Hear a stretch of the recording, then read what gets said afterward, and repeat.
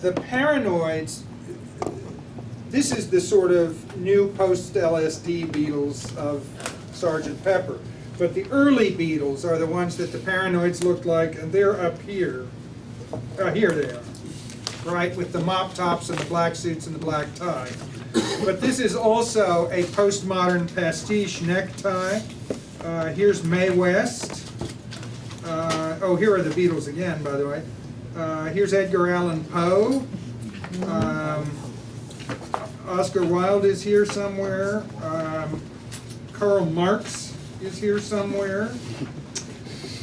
Lots of interesting historical figures, and this was a very famous album cover.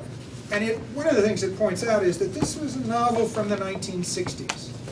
And the 1960s were very much a transitional decade in the U.S., in some ways a very political decade. Not only the civil rights movement and the anti-Vietnam War movement, but the rise of second wave feminism, the rise of the gay liberation movement, the rise of the American Indian movement. Pardon me? Civil rights. Well, yeah, I said that. Yeah, I thought I said that first, didn't I? Anyway, yes. And it was one of the big triggers for all of that.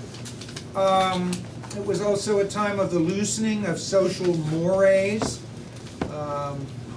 Robert Lowell, in one of his confessional poems, talks about, he says, these are the tranquilized 50s. Well, you get to the 60s and the tranquilizers have been replaced by LSD. Yeah.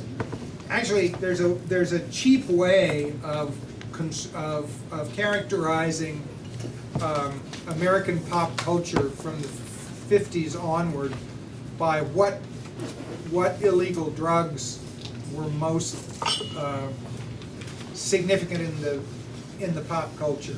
You know, the 50s are like, well, tranquilizers weren't illegal. Usually they were prescribed, but the 50s took a lot of tranquilizers. The 60s, LSD. The 70s, cocaine. You know, and people play around with these differences. It's completely metaphoric, of course. I wouldn't know about any of these things as anything but a metaphor. No, there is just as you can characterize different decades by different musical styles, the 60s had a lot of psychedelic music. It was partly because people were using a lot of psychedelic drugs. Marijuana, which is milder, and things like LSD and mescaline, which were really acute hallucinogens.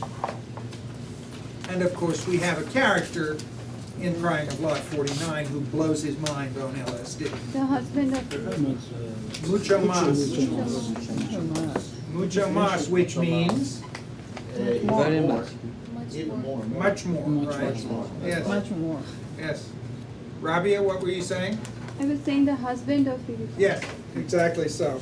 Well, anyway, so today's necktie it's also a reference to the rock band, the Paranoids, and of course this is partly a text about paranoia. Oedipa can't figure out whether she's being paranoid or not. And in that light, let me just say a couple of things about paranoia.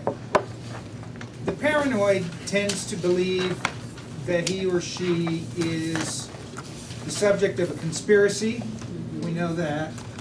That he or she may be under surveillance. But the other thing about paranoids is that they tend to believe that the world is about them.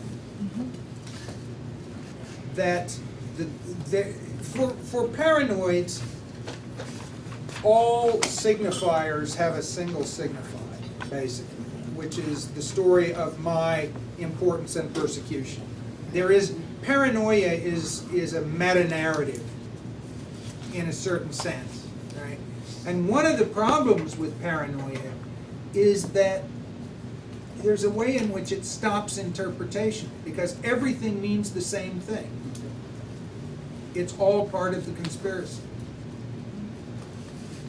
The other thing that we might say about postmodern paranoia is that sometimes it is an effort to keep the self together in the face of the increasing fragmentation of the culture.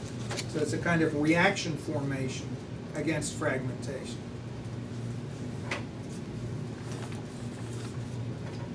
I told you about my friend who had Noia para. My other good paranoia story is that in 92, for the first time, I chaired a search committee at the University of Louisville. We were going to hire a professor of romantic poetry. And we had two finalists, and one of them we really liked, and he took a job somewhere else. The other one was a little weird, but he had published 4 articles while writing his dissertation, and they were in excellent places. And he was just, he was clearly a serious person, so we hired him.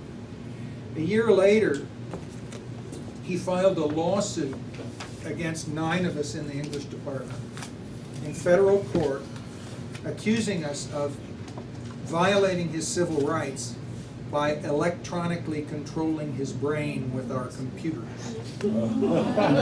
He said he would be in class and he would try to say something, and we would type something on our computers and make him say something else. He was really a truly classic case of paranoia, and is in some ways very, very sad. Huh? You kind of got to banana. You went bananas. Yes, went bananas, yes. But my late wife, who was an eminently practical person. The other thing you have to understand is that this was at the very beginning of desktop computers in our university. And my computer didn't even have a hard drive. He thought I was controlling his brain with an old dual disk machine. Yeah. I must have been really good on that. But my late wife, who was an eminently practical person, said at one point, well, if you're controlling his brain with your computers, why don't you get him to drop the lawsuit? Which I thought we actually could have used in court. Yeah. If we were really controlling his brain, he wouldn't be here today. How did that end? He was fired for poor teaching. And I've heard a little bit about him since then. I don't know where he is now. At one point, he tried to get another graduate degree because he wanted to. It get reminds back me into of the movie The Beautiful Mind. Yes. Uh-huh. That there is also like that clever brain and all those thinking that everything is against me and so on. Exactly so. But it's also interesting that once computers happened, paranoia is so much about computers. Mhm.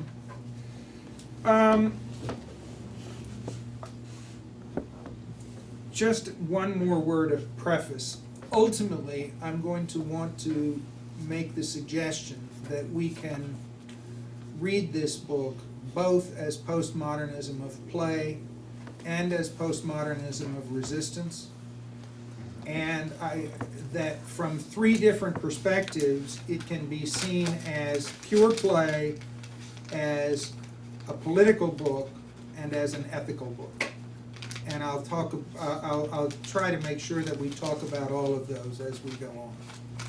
That said, I'd like to start with your reactions.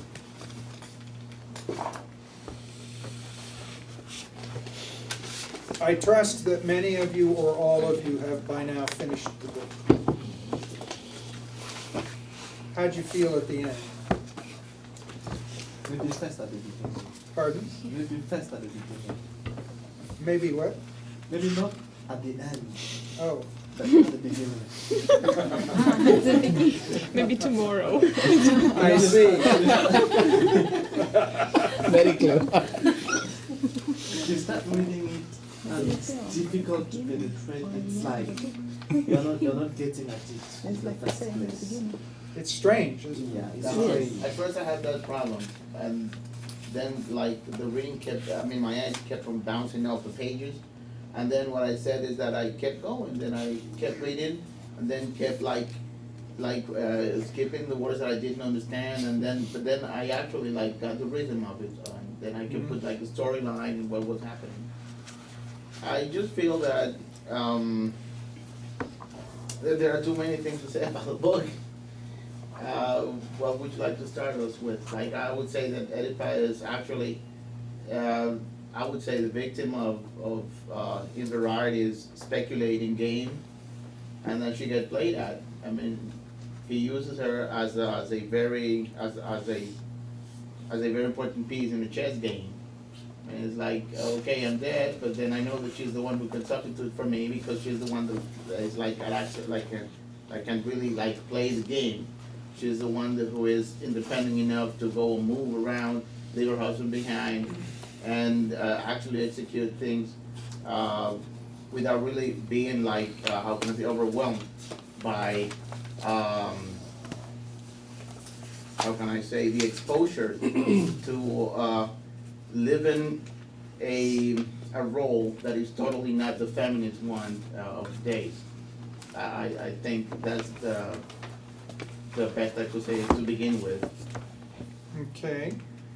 Other reactions? Yes. Yeah. Well, for me, whenever I read books like this, what goes in my mind is always what will be of my student if they also had to come to read the same book. Because I myself find it difficult sometimes to really Especially get the the third plot part, yeah. itself. At the end of the day, basically what one would say is, in fact, we do need to develop this motivation in our students in terms of how really to approach this type of I'm sorry, say books. again? I Develop motivation in... Yeah, we do need to develop a lot of motivation in our students. That is to say, we should not simply look at these books as demotivating at the end of the day, but after having got the plot, we as teachers, we should really try to find how can we motivate our students so that when they come to this reading, they cannot be demotivated. So it's like finding proper strategies. So rather than just looking at the books as readers, we should basically look at the books as teachers. So how can we develop reading strategies for books like this? So that's what my main concern is. So it's Okay. after having read it, I now have to develop proper strategies so that my students can also find ways to get the main plot, the main history or what is behind the book. Okay. Julia? For me, like the story was actually concentrated on the main heroine, like Oedipa, who was, as I saw her, as a detective, who was like that was how I saw the detective woman, and who possibly like tried to, decide or find those conflicts between two male distribution companies. And like all the plot develops around that, and then we discover like almost at the very beginning about her ex-boyfriend who gave her this. Like for me, it was like detective story of Oedipa and the conflict between those two main male companies, and then after that we could reveal lots of things. But kind of I was like also the detective, finding lots of meanings for me and highlighting the things. Yeah, say that again. That last part, say again. That I was also a detective, the second one. Yes. Who was like highlighting lots of things in the text and trying to figure out what will be next. I mean, like I made it with my own choice as well. Exactly. You know, there's a way in which this book is playing on the genre of the detective story. Oedipa is forced into an act of detection. Yes, that was a main purpose for me. I mean, like Yes. that's exactly what I had to read this story Now, for. Like I mean, yes, now, how does Oedipa come to feel about this? What is her emotional reaction to this, to all of this? Yes. Frustration. She becomes increasingly frustrated. Yeah, because There she's is a very anxious. hanging suspension of disbelief all around the story. She's almost desperate. Yes. Yeah. And then you get to the end, and then what? The issue is not resolved. It's so anticlimactic. You want the end to be more close, but there it is. It's Are you saying you were frustrated? yeah, sure. So what we have here, among other things, and this is in some ways a way into the book, I think, is that we become Oedipus. We reproduce her procedure, and that there's a way in which, well, we don't know whether Pierce Inverarity has made up this whole thing or not. We really don't. That's one possibility that the text offers us. But if he did, if we assume that he did, Oedipa is to Inverarity as we are to Pynchon, right? We are in the hands of someone who is manipulating us and frustrating our efforts at detection at every turn. Exactly. Yes. And it seems to me that one of the things you'll find is that students will be so frustrated. And then you say, well, look, here's who you are.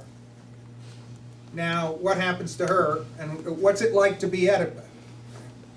The other thing that I might bring in that regard is that there's a very famous formulation by a critic named Brian McHale in a book called Postmodernist Fiction, in which he makes the argument that modernist literature is basically epistemological, and postmodern literature is basically ontological.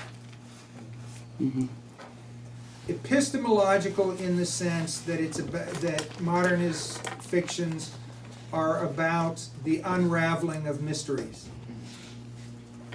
You think of a book like Faulkner's Absalom, or The Bear,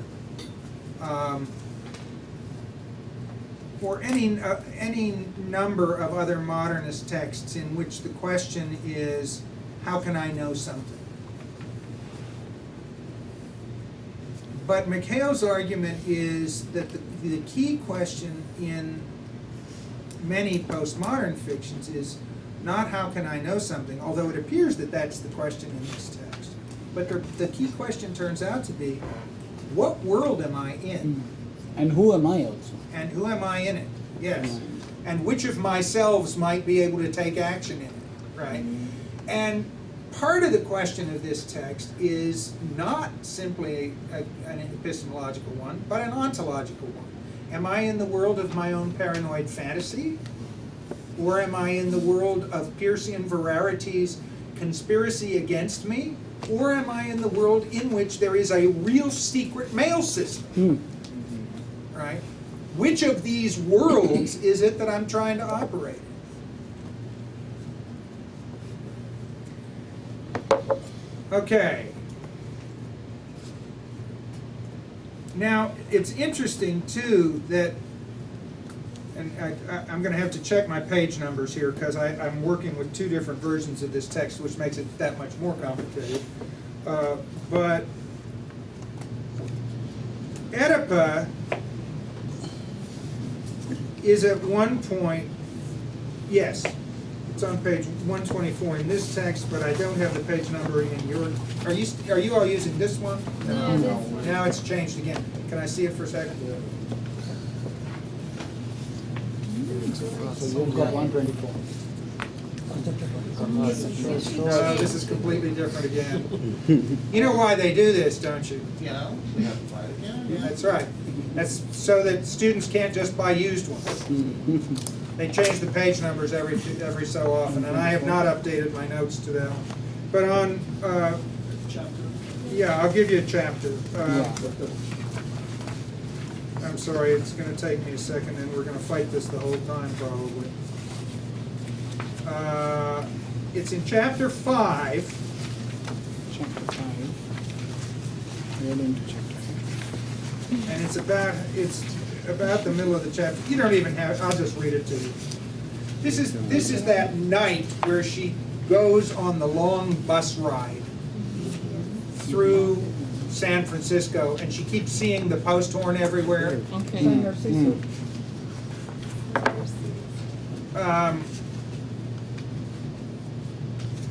She says, it says, she bus rode and walked on into the lightning morning, giving herself up to a fatalism rare for her. Where was the Oedipa who'd driven so bravely up here from San Narciso?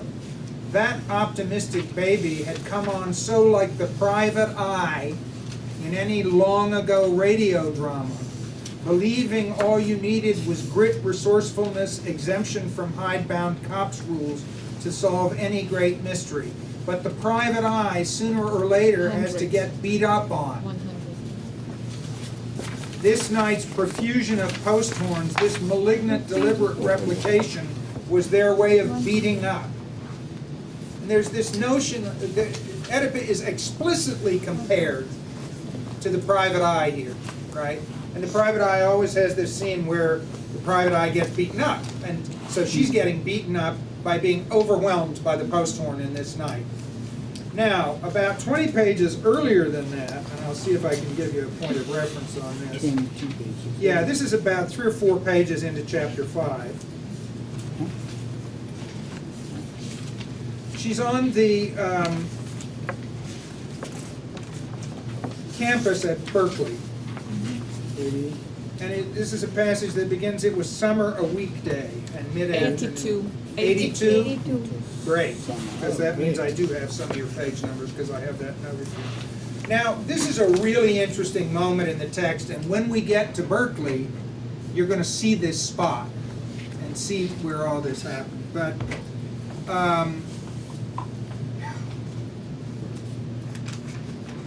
there's a plaza at Berkeley, an open area where the students congregate sometimes, and where they set up tables and they give out leaflets and so forth and so on. It's called Sproul Plaza, and there was a famous moment in the early 60s when the Berkeley administration tried to stop all the political action on Sproul Plaza. And one of the young leftist groups defied the administration and went out to give out their leaflets. And when they did, the administration called the police, and the police drove up onto Sproul Plaza to arrest the students who were passing out leaflets. And what happened was that hundreds of other students came and surrounded the police car and would not let them move. And this was the beginning of what was called the Berkeley Free Speech Movement, which was one of the first big actions of the student movement of the 60s in the US. You know, there were student movements all over the Western world in the 60s. There was Paris, May 68. There was a huge student movement in Mexico City and so forth. But Berkeley was one of the peak places for this in the US. Well, Oedipus went to Berkeley before all this, and she was just a sort of quiet student who studied Renaissance literature. But we get this description, and we'll see this. You come through Sather Gate and you come out onto Sproul Plaza. It was summer, a weekday and mid-afternoon, no time for any campus Oedipus knew of to be jumping, yet this one was. She came downslope from Wheeler Hall, which I think is where the English department is, through Sather Gate into a plaza teeming with corduroy denim, bare legs, blonde hair, horn rims, bicycle spokes in the sun, book bags, swaying card tables, long paper petitions dangling to earth, posters for undecipherable FSMs, YAFs, VDCs, that's Free Speech Movement, Young Americans for Freedom, which was a right-wing student movement, and Vietnam Defense Committee, which was an anti-war group. Suns in the fountain, students in nose-to-nose dialogue. She moved through it carrying her fat book, attracted, unsure, a stranger, wanting to feel relevant, but knowing how much of a search among alternate universes it would take. For she had undergone her own educating at a time of nerves, blandness, and retreat, the tranquilized 50s, actually. Among not only her fellow students, but also most of the visible structure around and ahead of them, this having been a national reflex to certain pathologies in high places only death had had the power to cure. And this Berkeley was like no somnolent sea wash out of her own past at all, but more akin to those far Eastern or Latin American universities you read about, those autonomous culture media where the most beloved of folklores may be brought into doubt, cataclysmic of dissents voiced, suicidal of commitments chosen, the sort that bring governments down. The university as a kind of political incubator, as it was in so many places during the 60s. In my country, it was like that. Yes, and as it is often again these days. But it was English she was hearing as she crossed Bancroft Way among the blonde children and the muttering Hondas and Suzukis, American English. Where were Secretaries James and Foster and Senator Joseph? These are some of the really conservative figures at the time. Joseph is Joseph McCarthy. Those dear daft Numina who'd mothered over Oedipus so temperate youth. Her youth was not intemperate, it was temperate. In another world. The 50s are another world from the 60s at Berkeley. But here's Oedipus, along another pattern of track, another string of decisions taken, switches closed. The faceless pointsman who'd thrown them now all transferred, deserted in stir, fleeing the skip tracers out of their skull on horse alcoholic fanatic under aliases, dead, impossible to find ever again. These are the people who changed the place from the 50s to the 60s. But then, among them, they had managed to turn the young Oedipus into a rare creature indeed. Unfit perhaps for marches and sit-ins, but just a whiz at pursuing strange words in Jacobean texts.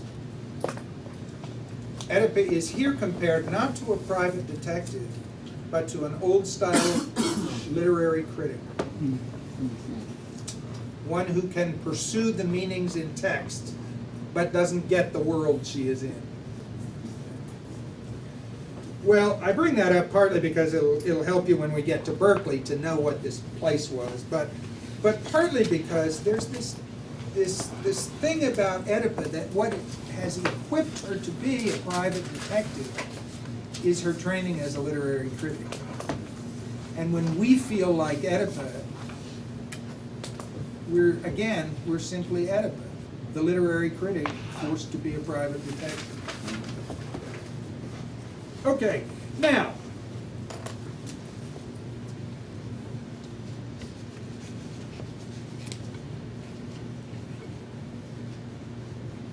how does Oedipus change the book? This is one of those standard questions about protagonists. Where does she begin? Where does she end? What does she learn? How does she change?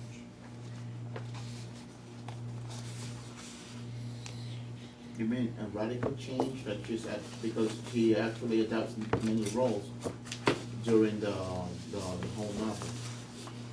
So sometimes she is a very attractive nymph. Sometimes she's like a granddaughter to some people. But then sometimes she's a business person, and then she becomes the spy. She has many roles.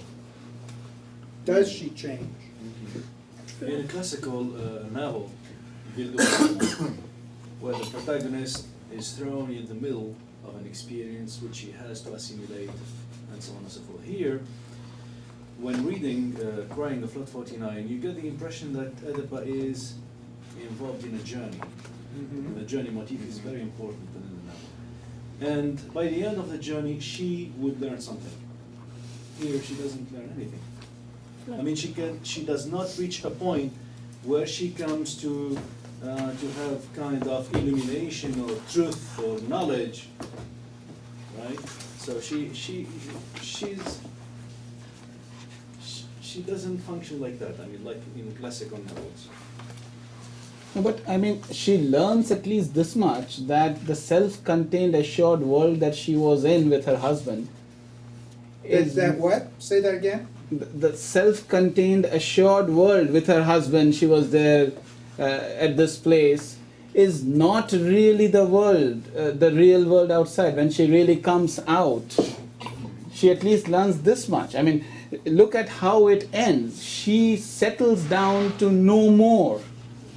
You know, she settles down for the crying of the Lord, that which will bring her probably into another journey. So in medias res, you know, that is how it is. It's not a closure, but in between.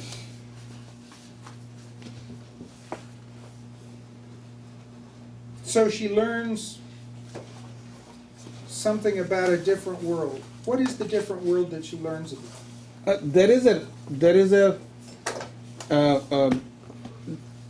referral world or the outside world, and there is the self. Okay. And you know, and there are these two systems of communication. One is the metaphorically speaking, one is the postal system, and another is that underground subterranean The system. trickster. Yeah, and so these are the two selves. The most importantly, probably she gets a little connected with her inner self. Is it See- just with her inner self?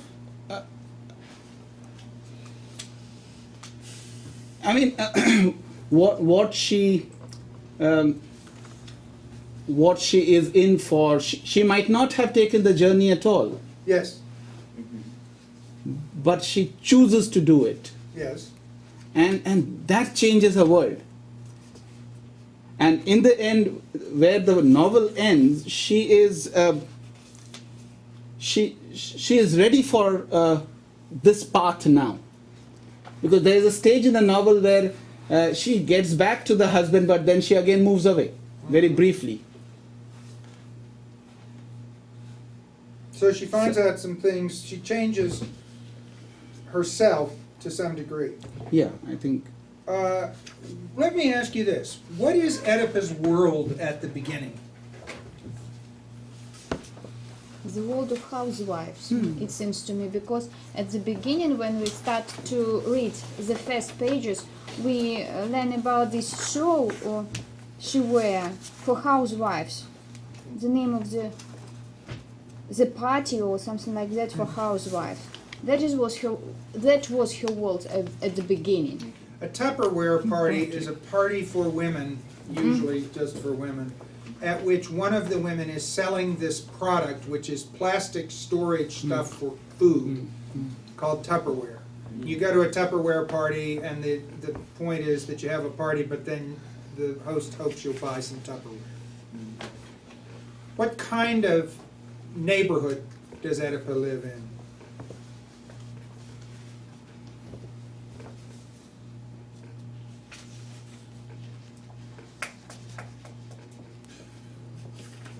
That may not be a fair question. She sounds like a suburban housewife. Whether she lives in an actual suburb or not, she sounds like a suburban housewife. One summer afternoon, Mrs. Oedipus, note the Mrs. there, emphasis on her marriage, came home from a Tupperware party whose hostess had put perhaps too much kirsch in the fondue.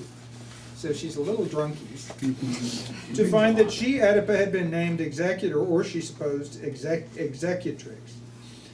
Oedipus stood in the living room, stared at by the greenish dead eye of the TV tube, spoke the name of God, tried to feel as drunk as possible, but this did not work. Well, then her husband comes home, right? They live in this little place called Kinneret in the Pines. He's a disc jockey. He comes home from work. She gives him a drink. It's very sort of small world, suburban, and so forth. Where does she end up? California? Yeah, well, she's in California the whole time. But away from home. Mm-hmm.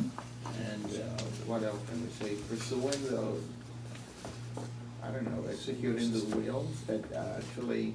Public places. Public places. Yeah, What, she ends up in public places, that's right. what does she see that she didn't see before? That she could be like the victim of a scheme or something. Yes, but what She can else? be played at, that she's not in, well, What does she see in the landscape that she didn't see before? This is not, maybe this is too much of one of those read my mind questions, but it's there in the text in the last few pages. can you just give it a hint then? So we can try We'll to- take a look at the last few pages, that's a hint.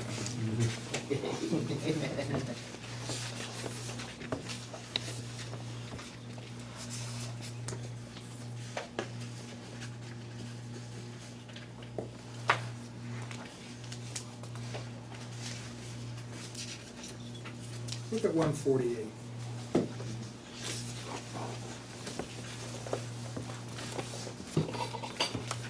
There's a lot of stuff that goes on here, but yet she knew head down. Is this on 148 for you? Yes. Paragraph? 148, yeah. Yeah, stumbling along over the cinder bed and its old sleepers, the sleepers being the cross tie and the railroad. Right, those are the sleepers. There was still that other chance that it was all true, that Inverarity had only died, nothing else. Suppose, God, there really was a Tristero then, and that she had come on it by accident. If San Narciso and the estate were really no different from any other town, any other estate, then by that continuity she might have found the Tristero anywhere in her republic, through any of 100 lightly concealed entranceways, 100 alienations, if only she'd looked. She stopped a minute between the steel rails, raising her head as if to sniff the air. She's standing on the railroad tracks. Okay? Becoming conscious of the hard-strung presence she stood on, knowing as if maps had been flashed for her on the sky, how these tracks ran on into others, knowing they laced, deepened, authenticated the great night around her, if only she'd looked. She remembered now old Pullman cars left where the money'd run out or the customers vanished, amid green farm flatnesses, where clothes hung, smoke blazed out of jointed pipes. Were the squatters there in touch with others through Tristero? Were they helping carry forward that 300 years of the house's disinheritance? Surely they'd forgotten by now what it was that Tristero were to have inherited, as perhaps Oedipa one day might have.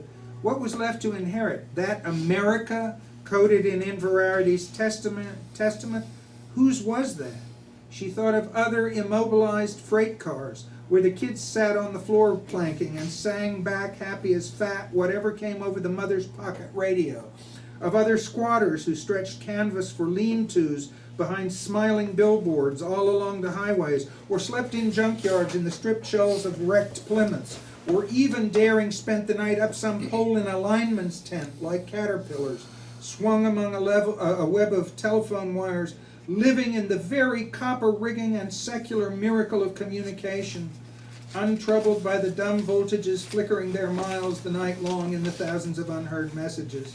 She remembered drifters she had listened to, Americans speaking their language carefully, scholarly, as if they were in exile from somewhere else, invisible yet congruent with the cheered land she lived in, and so on.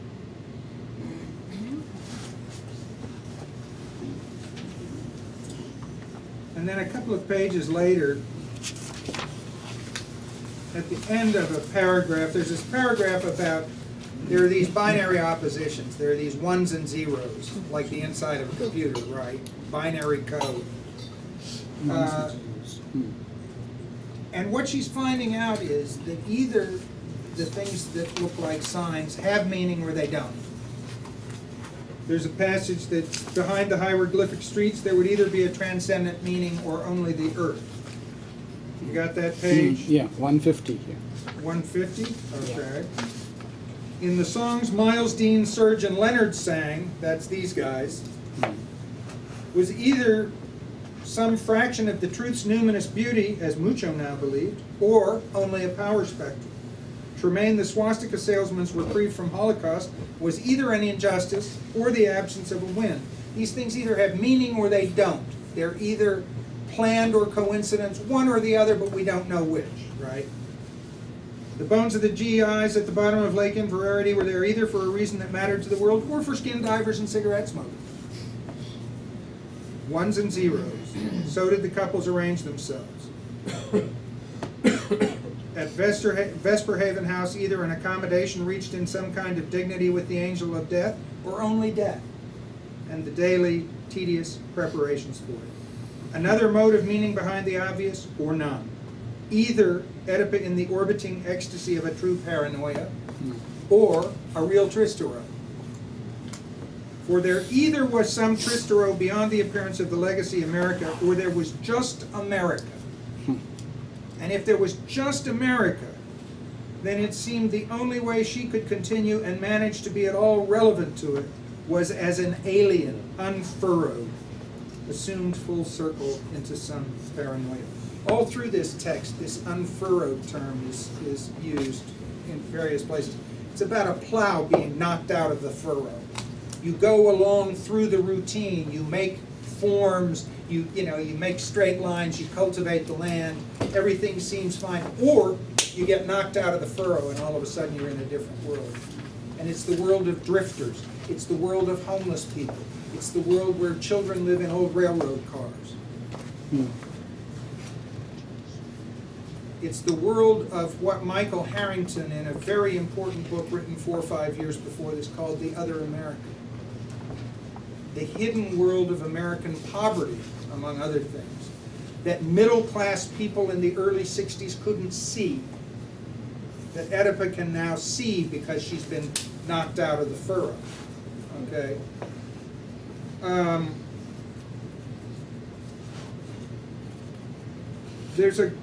I read this passage about if only she'd looked. She'd have seen it if only she'd looked. You remember King Lear on the heath? Yes. And he goes into the peasant's hovel and he looks around. Remember what he says? Anybody? This is one of those lines I've remembered all my life for some reason.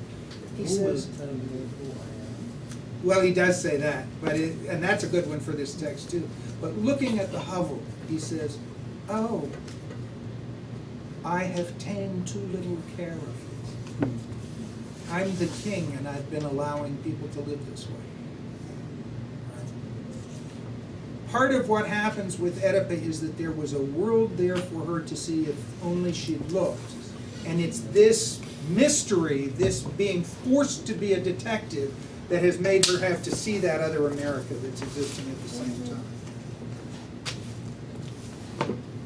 So if you talk about her change, if you read the book politically, in fact, it's a book about a middle class character learning to see the whole nation, not just the Tupperware parties.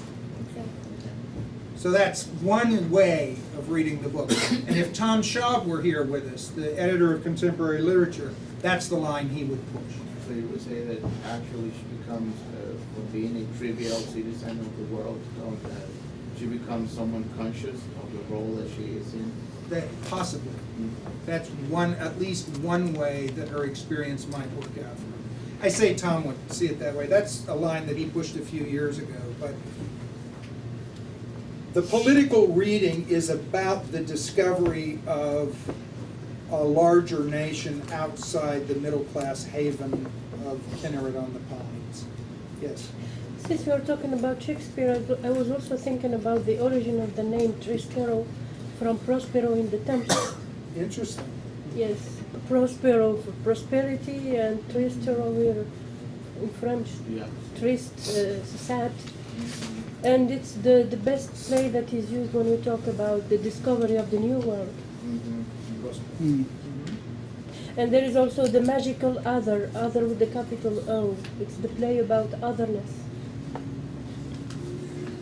Tristero is an interesting place to talk about interpretation in this text, because you can read that word in several different ways. One of them that you suggest is with an emphasis on triste, the French for sadness, for sad, right?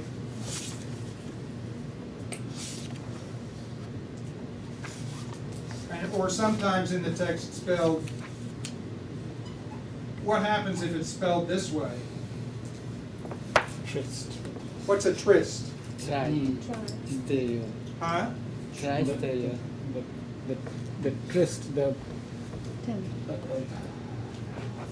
It's a secret meeting between it's lovers. between, yeah. And if you read it that way, this becomes eros, right? Yes. And it's hard, you can't tell whether tristero in this text is about sadness or about eros.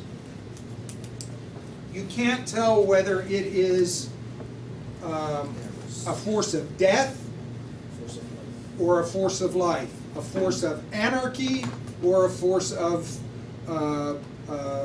conservatism.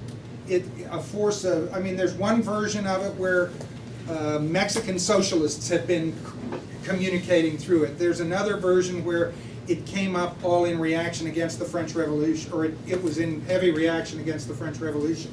The politics of the Tristero are indecipherable in the text. The tone of how we're supposed to take it, I would argue, is ambiguous. See, this is being that detective as literary critic, where you read the text very closely. And I didn't come up with this; others did. But yes. I'd like to come back to if she looked. Right by the end of the text, if she looked, I mean, this means that she has been blind all through the text, and then by the end of the narrative, she opens her eyes to this reality, which is really the reverse of what happens to Oedipus. I mean, he had eyes, and he couldn't see anything, and by the end of the text, Oedipus blinds himself. Because he has seen too much. Because he has seen too much. Yes. Right. Yes. And you know, Oedipus is in some ways the first detective. And he finds the solution, and it's not the solution he wants at all. He solves the epistemological problem and reveals to himself that he's living in a very different world from the one he thought he was. Yes. Yeah. Well,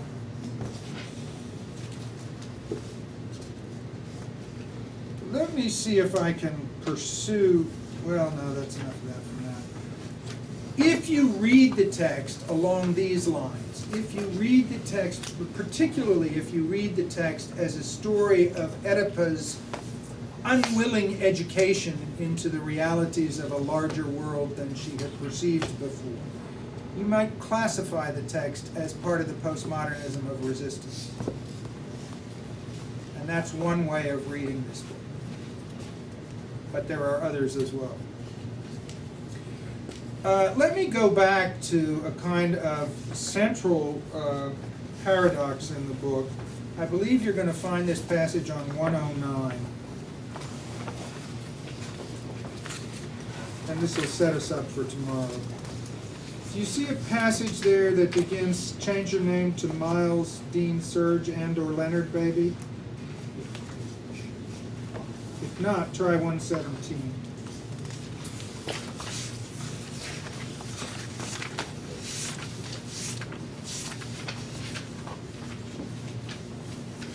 The paragraph that begins, change your name to Miles, Dean, Serge, and or Leonard.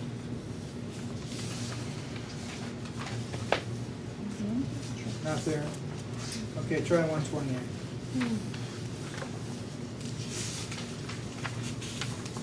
This is very postmodern.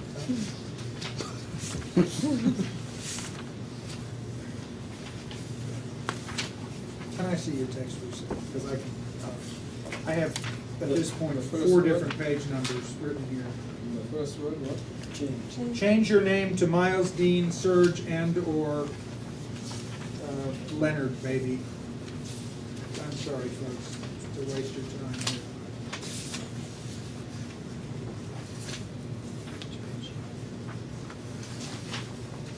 No, it's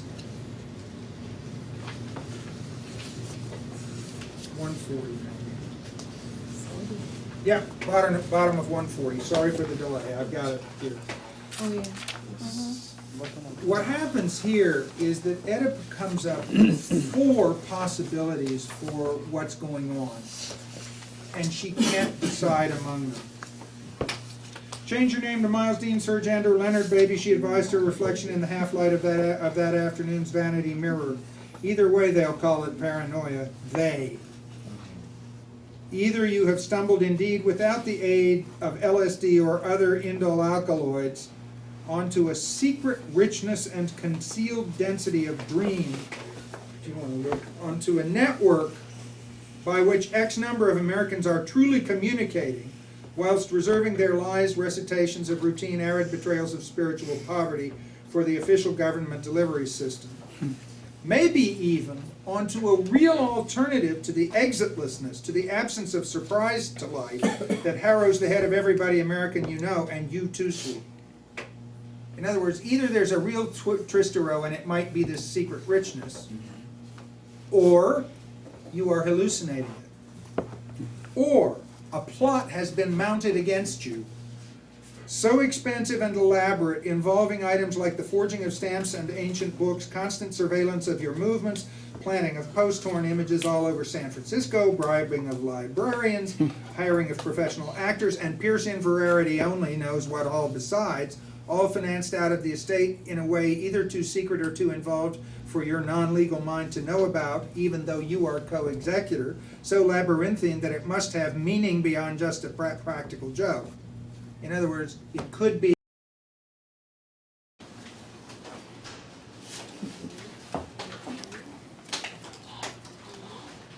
Drawn.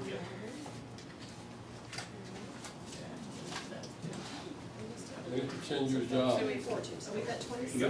These are 13. On Friday. Two. Here, and you had, yeah, you had 14. You had 13, you had 14, yeah. Okay. Okay. Like So we have the top stuff is super company, like the rest of the money. Well, don't forget. Sounds so far away. So. What's the last name?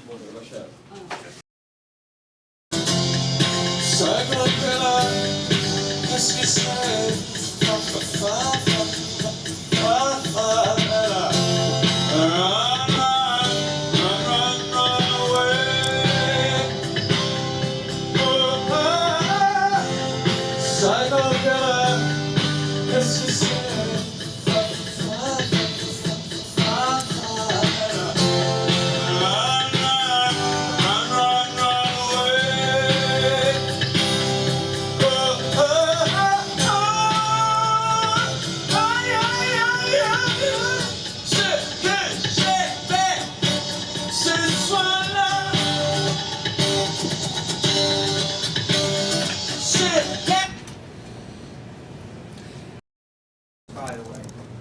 But Pollock represents, as I mentioned yesterday, a kind of coming together of two rather different theories of painting. If you think of him as an expressionist, as many people did, you think of him as with the physical trace of his hand over the canvas, bringing out his deepest inner feelings. And that's a kind of last gasp of modernism as the work of the heroic artistic genius, expressing his interiority, right? On the other hand, if you think of it as action painting, what's important is not the inner turmoil of the artist, but the surface of the canvas and the trace of the artist's physical activity across the surface. So there are two models for this kind of painting. One is a surface depth, made exterior expressivist model. The other is a kind of all surface model. And in that sense, this kind of painting is very much a transition from modernism to postmodernism. Now, one problem, I should also say that it was with this generation of painters, particularly painters like Pollock and also his very famous compatriot Willem de Kooning, the other of the most famous of the abstract expressionists. This was when American painting began to become a really important style of painting on the international stage. Until this point, there had been a few significant American painters, but Europeans, for instance, looked at American art as mostly either just out of date or as copying European modernist styles. With abstract expressionism, suddenly American painting became the hottest thing in the art world. And de Kooning is obviously a little more figurative in this painting. He did many of these paintings of women, and they're interesting abstractions, but they're also interesting sort of Jungian dredgings up of ideas about women, right? Or senses of the anima, I guess you could say. But as will happen with a really great generation, this is a de Kooning painting, very beautiful de Kooning painting, called Door to the River. You can't sort of see a door in it, but it's mostly just abstraction of the kind that we've been talking about. But what happens to the next generation of painters is that they say, what can we do? You know, we're following these great geniuses. How can we make our mark? How can we make a statement? How can we differentiate from ourselves from them? How can we compete with them? And it's partly out of this notion of this great generation of expressionists that we begin to get a different kind of painting in the US that is more typical of what I have called high postmodernism. So let me give you somebody like Robert Rauschenberg. Rauschenberg, just a little younger than de Kooning and oh, this is interesting. Just a little younger than de Kooning and Pollock. And Rauschenberg, among other things, was quite famous for doing sort of collage paintings in which he does some painting, but he also includes found objects, and very often found pieces of paper, like this calendar, these photographs, and so on. This is a painting called Factum 1.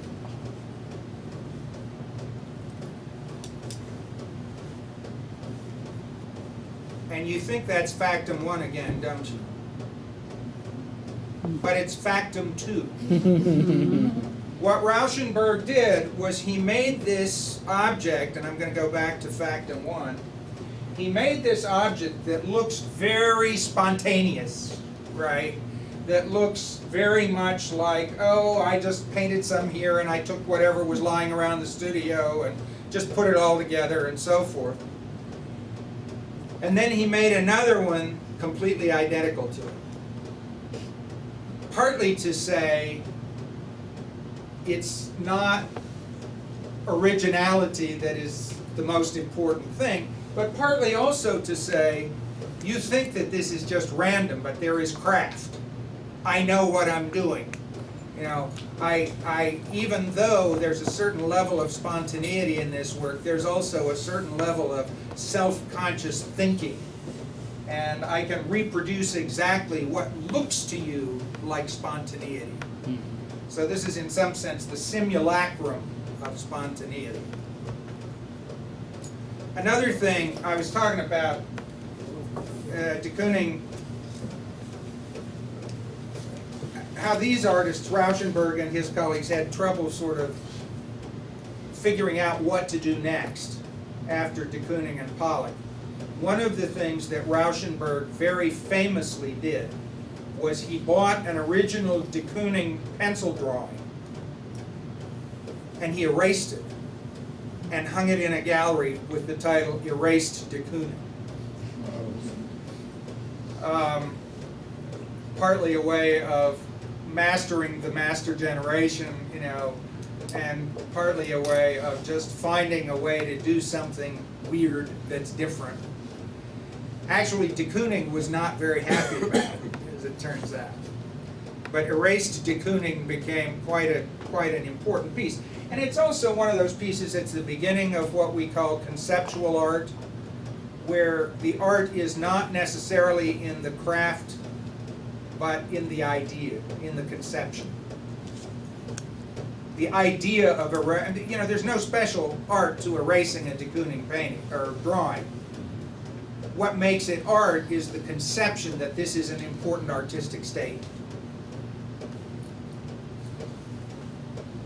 This is a Rauschenberg's sculpture made with found materials. You remember Louise Nevelson, who did the huge black wall piece that we saw at the Kentucky Center for the Arts. Well, this is similar in its use of found materials. It looks to me a little more ironic than the Nevelson. You know, the flying Coca-Cola bottles somehow just aren't to be taken terribly seriously. And this is one of his famous collage paintings. Okay. You can see how different this looks from something like the Pollock. And in the Pollock, the hand of the artist is all over it, right? In this, it's much more art made from other images. It's pastiche. As Michael Graves' architecture is pastiche of historical styles, this is pastiche of other kinds of texts. Including, for instance, you know, it's interesting to see this is a kind of girly photograph, right? From the precursor to softcore porn, I guess. But what's interesting is there's a whole history of the nude in high art. And one of the questions that's posed by an image like this is, what makes some pictures of naked women high art and other pictures softcore porn, right? You know, what's the difference between high and low, as it were? And that's part of what the postmodern artists were going to begin to try to deconstruct or abolish, that distinction. Okay, now I'm moving along. Just see who I want to go to next. Oh, okay, so then around the mid-60s, early to mid-60s, we have the emergence of pop art in which the commodity is no longer looked down on as the enemy of art, but sort of semi-ironically celebrated in the making of art. This is Andy Warhol, images of Elvis Presley. And Warhol did a lot of these images of celebrities, and he almost always did them in multiple images like this. Talking some about the mass reproduction of images, undoing the notion of the painting as having a special aura and individuality. I had a really, really weird experience at San Francisco Museum of Modern Art, I think it was. There was a show of pop art from private collections in the San Francisco Bay Area. And I walked into the room and looked across the room, and there was a Warhol portrait across the room. And I looked at it and said, oh, that's amazing. There's Michael Jackson. And I walked over to it, and it was not Michael Jackson at all. It was his dear friend, Elizabeth Taylor. And what I realized was that a lot of Michael Jackson's cosmetic surgery and so forth and so on was an effort to look like Elizabeth Taylor. It was a weird moment. I hypothesized that. I wouldn't swear by it, but. Come on, image. Did he once try to look like Donna Summers? I hear sometimes. I don't know. When he first started like having surgery, he went to look. That's what I heard from people in New York. I didn't know that. One of the most famous things Warhol did was to paint the labels of Campbell's soup cans, both in singles and in multiples. This is one of the multiples. And he got, if you look very closely, you can see that this word soup is hand done on each of these. But again, the notion of collapse between high art and commodity. You take a can of soup, you paint it, you hang it in a museum, and all of a sudden it's high art. I'll just rip through a few. That's a really nice soup can one. There's one with the can opener. Very famous also for his multiples of Marilyn Monroe.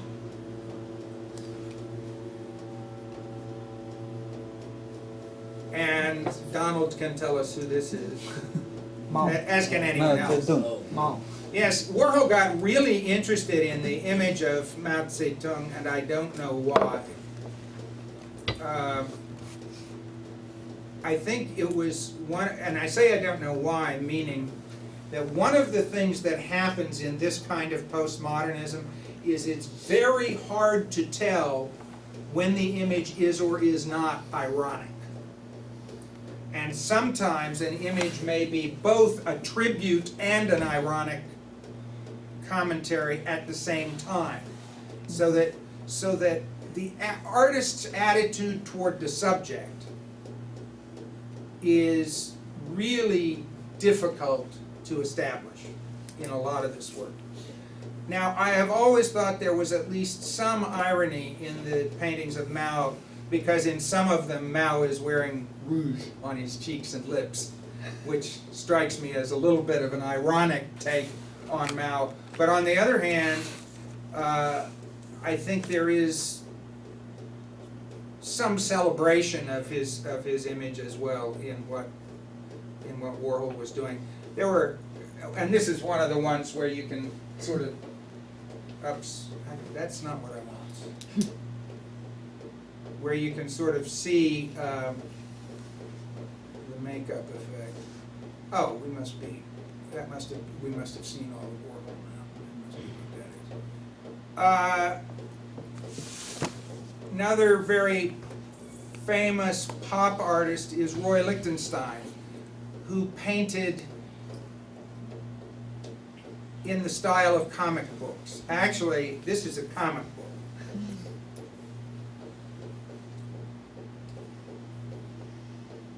And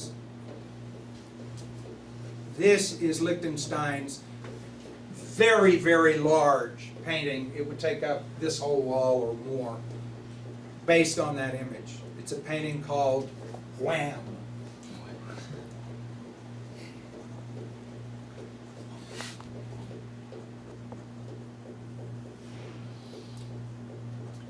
This one is from a romance comic.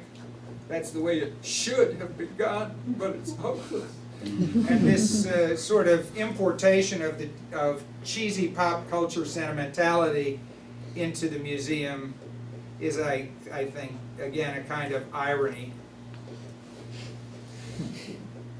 Another Lichtenstein, based obviously on Walt Disney cartoons. And later, Lichtenstein turned away from the cartoons and comic books and started doing comic book style versions of modernist high art. So that this is a take on Cubism.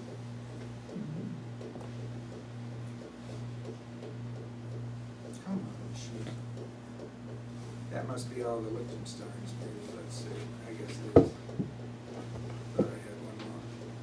I'm just going to try this one. Yo! This is a take on the Picasso woman with a flowered hat. Let's see what's right. Oh.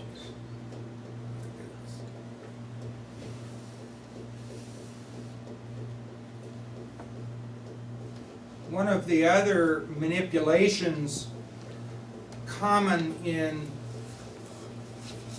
postmodern art is two manipulations of material and manipulations of scale. A famous sculptor named Klaus Oldenburg, who did this clothespin that is almost as tall as this 15-story building. Sort of celebrating the everyday object, but also, you see something like this at this scale, and you almost have to laugh. The idea of a clothespin that large. Think of the clothes that would be hanging from it.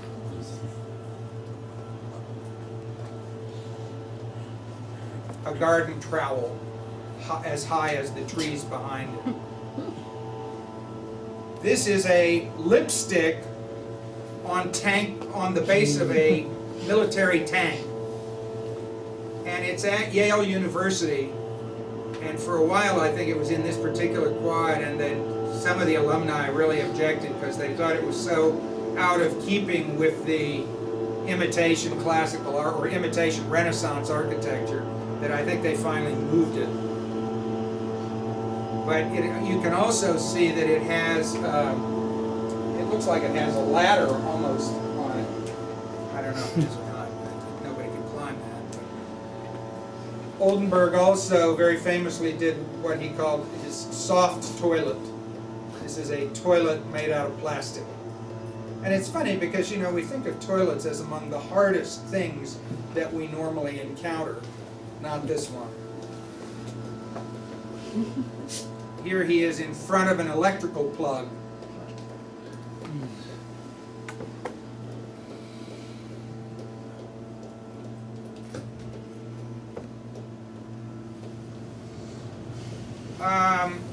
I would argue, let me give you one more. The artists I've been showing you basically came to prominence in the 60s. But here's a much later figure who is somewhat in the same manner. And this guy's stuff is incredibly expensive. Now this is a copy of a sort of little sentimental ceramic sculpture that somebody's grandmother might have picked up somewhere. But it's life size. It's this man is as big as a real man or bigger. So it's sort of bad taste amplified, or what connoisseurs of art would have commonly thought of as bad taste, tremendously amplified in scale. Let's see, I think I just have 2 or 3 of these. This one, God, I wish I had the title here. It has a title that indicates that it recognizes the bad taste of the object that it's parodying. For the most part, Koons takes the pose of being completely unironic. I think it's just a pose, but people debate whether it is or isn't. And it's very typical of a postmodern artist not to be clear about whether he is being, you know, celebrating this object or making fun of it.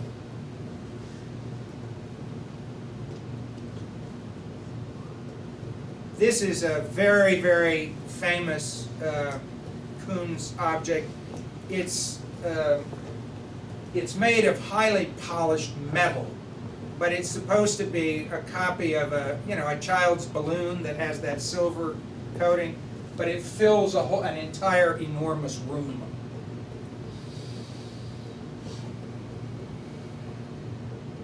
And here's Michael Jackson and his monkey. Again, as large as or larger than life.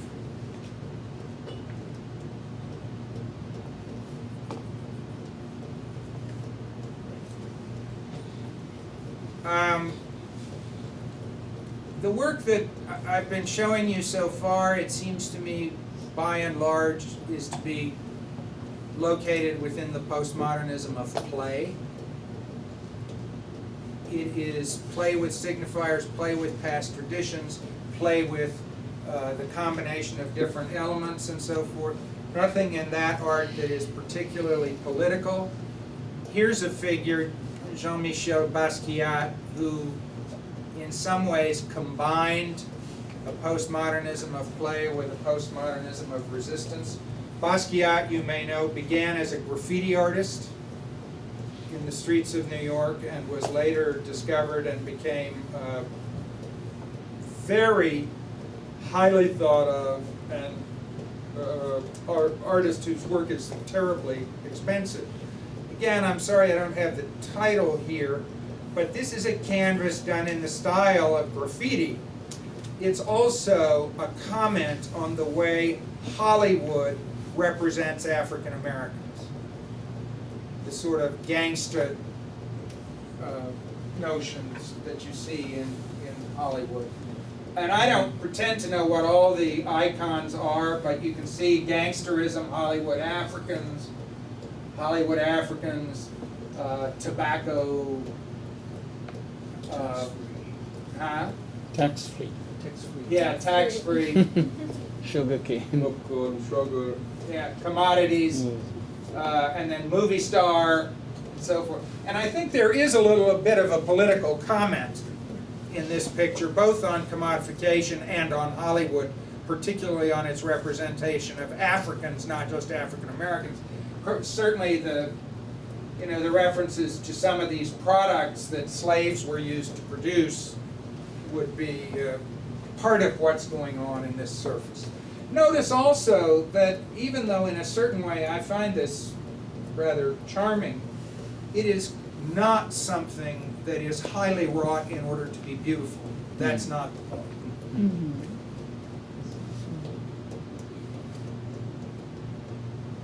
Although the colors are cool.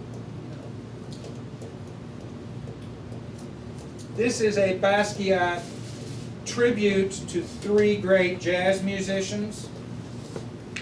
Charlie Parker, known as Bird, and his album Ornithology. Ornithology, of course, the study of birds. Dizzy Gillespie in the middle, and oh, actually, this is Charlie Parker again. So it's two of them. And there's this is one of those moments of a turn away from European tradition. Both the style and that which is being honored in the painting come from African and African American traditions, sort of in contrast to European notions of painting or of classical music or whatever. This one I think is particularly nice. Again, very much a pastiche of images, and I don't really know quite how to read this one. It has global industrial right there, and some other comments on it. I think it's also just a very interesting surface. Basquiat's work sells, oh, darn it, sells for millions of dollars now. Sorry, gotta go back.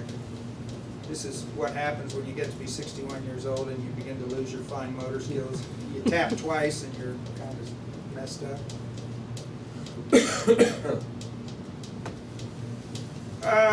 Particularly in the 70s and 80s, there was a lot of what I would call postmodernism of resistance.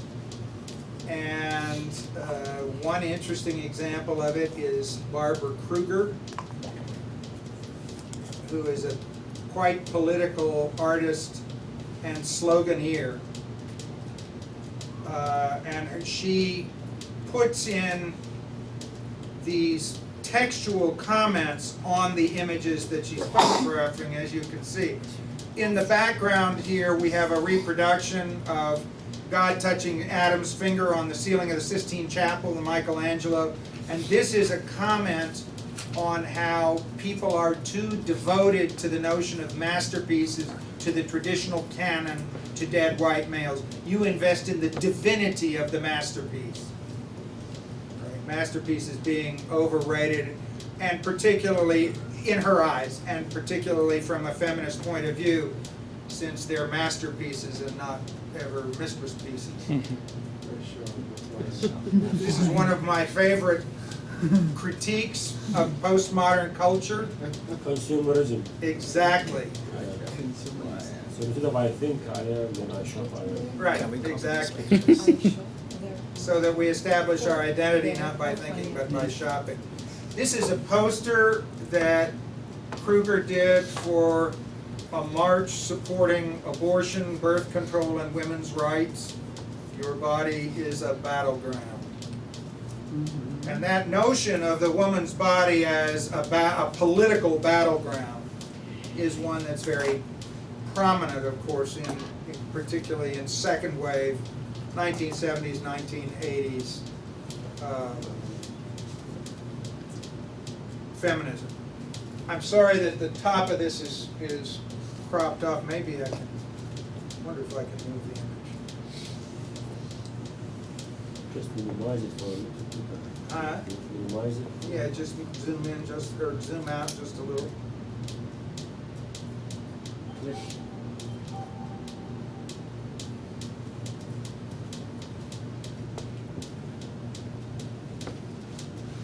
No,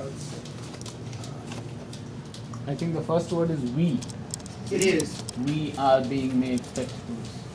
We are being made spectacles of is what the slogan is supposed to say, and it's interesting because the emphasis particularly on the woman's face, the woman being touched in a sexual way, being made a spectacle of.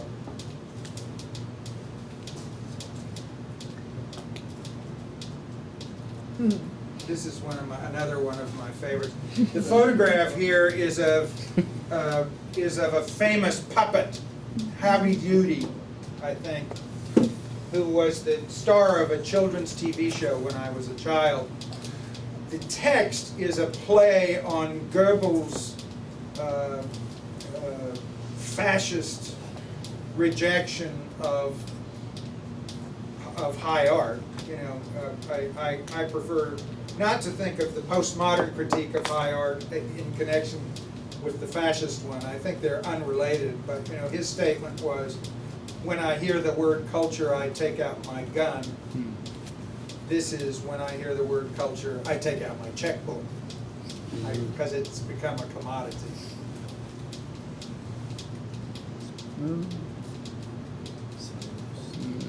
And again, you can see that Kruger is one of these artists who really has her finger on the pulse of postmodernism. Kruger is also very interested in taking art out of the galleries, and she puts it on billboards. This is an advertisement in the subway in the metro in New York, and they're on a storefront.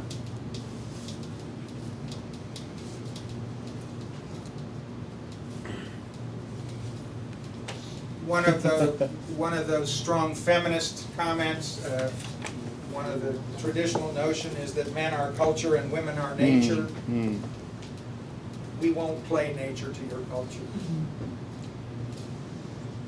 And this is one of my very favorites of all, a really tongue-in-cheek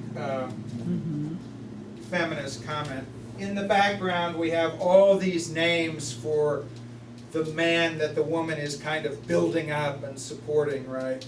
My lordship, my Lancelot, my crusader for peace with dignity, my guardian of culture, my better half, my wunderkind, my quarterback, the leader of a football team, my top of the charts, my great artist, my baby mogul, my sugar daddy, my ticket to ride, my jack of all trades, my leader of the pack, my professor of desire, playing on the Philip Roth novel, my Dagwood, my Rambo, my Popeye, pop culture icons.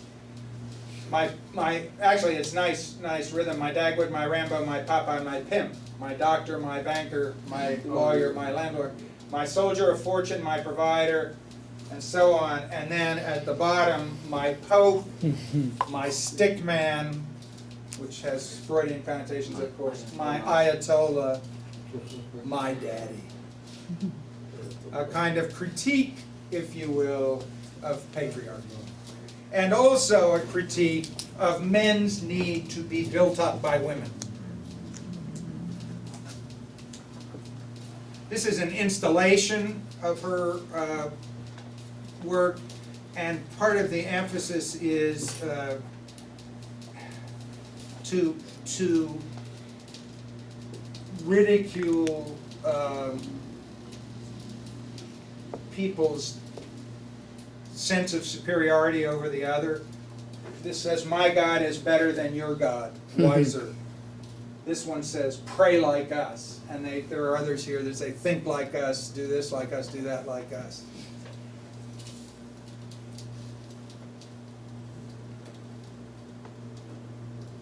Okay.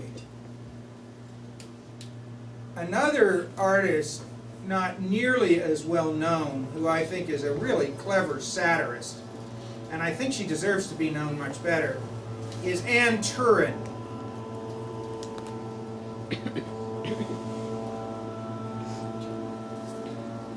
And she did this series of photographs that are like letters to a pen pal, but then with photographs that are comments on what the letters say. Dear pen pal, one can always have a friend here in America as long as one hands the friend a $20 bill.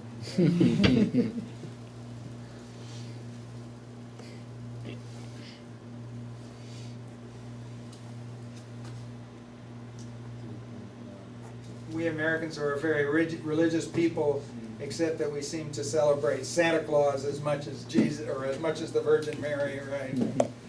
It's partly about the commodification of the Christmas holiday. I love this one. You remember from the Jameson article that one of the things he says is there's no nature anymore. That everything is already part of culture, everything has been transformed by human activity to the point that there is no nature that is the opposite of culture. It's all infected with culture. I think this makes a somewhat similar comment. And this is one of my favorites of all.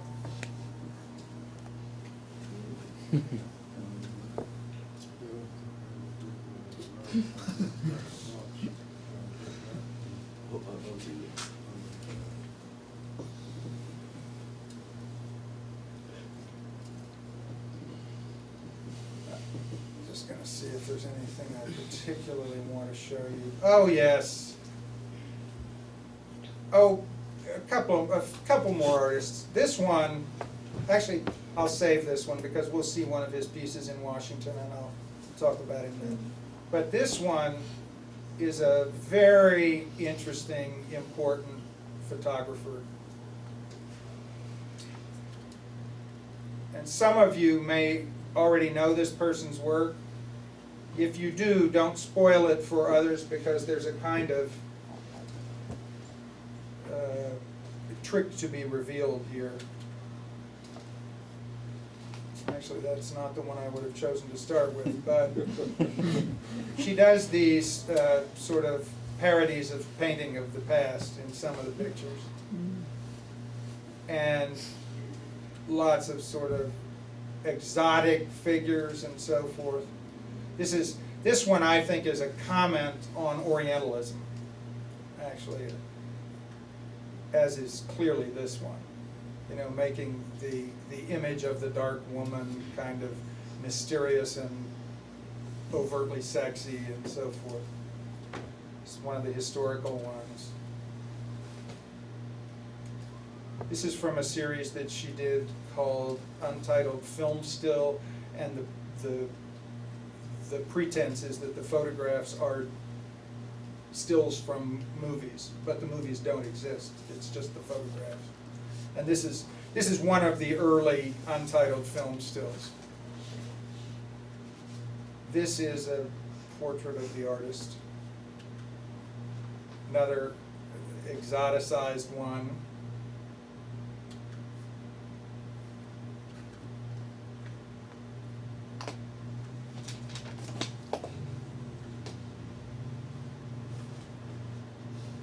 Back to the mythological references of art history. Here's another untitled film still.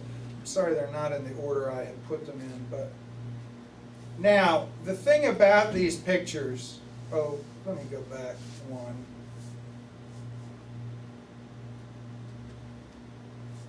Kind of a funny, looks like just a snapshot of somebody playing around in has put on a pig's nose. This is some kind of carnival performer.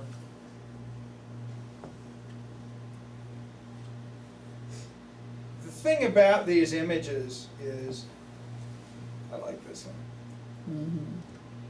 They're all by Cindy Sherman. They're all also of Cindy Sherman. She is the model in each picture.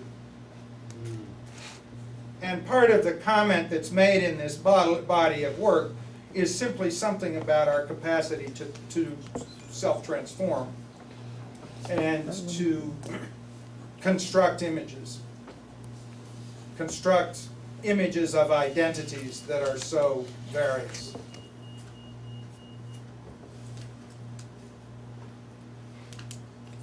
And she's really pretty good at transforming herself.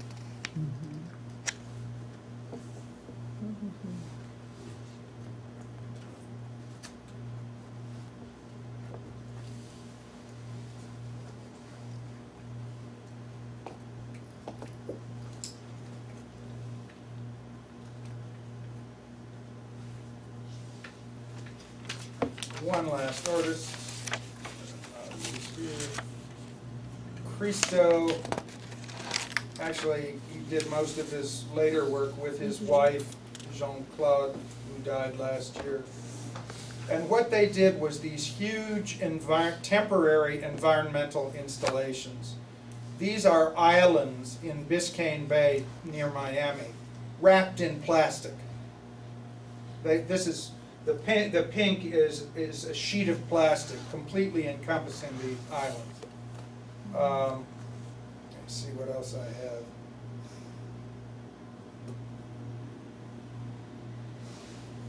What does the plastic symbolize? A coral reef? Doesn't particularly symbolize anything necessarily. Although I think he'd be very happy with that association of the pink. This is a wrapped building, complete. It may be the Reichstag, actually, in Germany. But he wrapped the whole thing. He put this sort of, this curtain across this pass through the hills. That's a really beautiful view of it. He very often uses this color, which I just love, and it's these enormous projects that really reshape the landscape for the time that they're up. Yeah, that's the Reichstag. This is the Pont Neuf in Paris, wrapped again in canvas or plastic. And there's a detail of that. Part of the point of this work is simply to transform the environment for a certain period of time, to defamiliarize it, to make us look at it differently, to see something new. But when they do these projects, part of the artwork is not just this visual thing that they do. It also includes all the documentation of the legal permits that they had to get to do the project, of the ordering of the materials and so forth and so on, so that the documentation of the process is, in Christo's eyes, part of the artwork. It's not just the visual image. And that, I think, is an interesting illustration of this notion of the importance of process.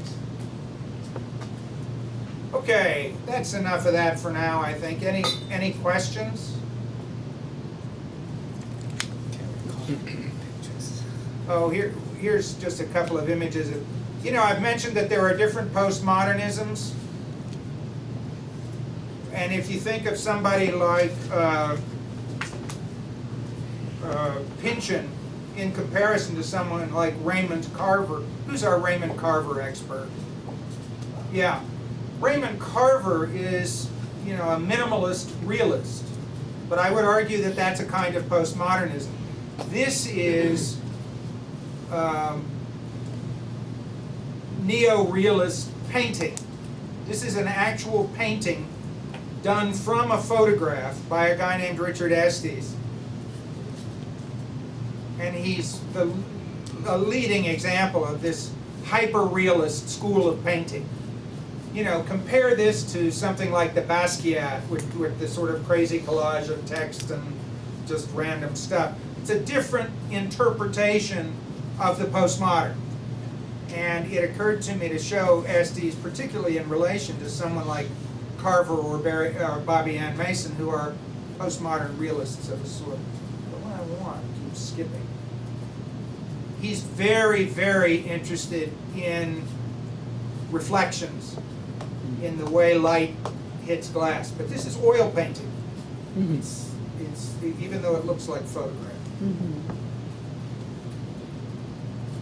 So I thought it might be useful to you just to have some sense of what some of the... We do that. Let's look at a poem real quickly. The poem Fold on page 15, because it seems to me to be a poem that somewhat expresses Nye's view on this. I'd like to invite one of the women in the group to read it for us.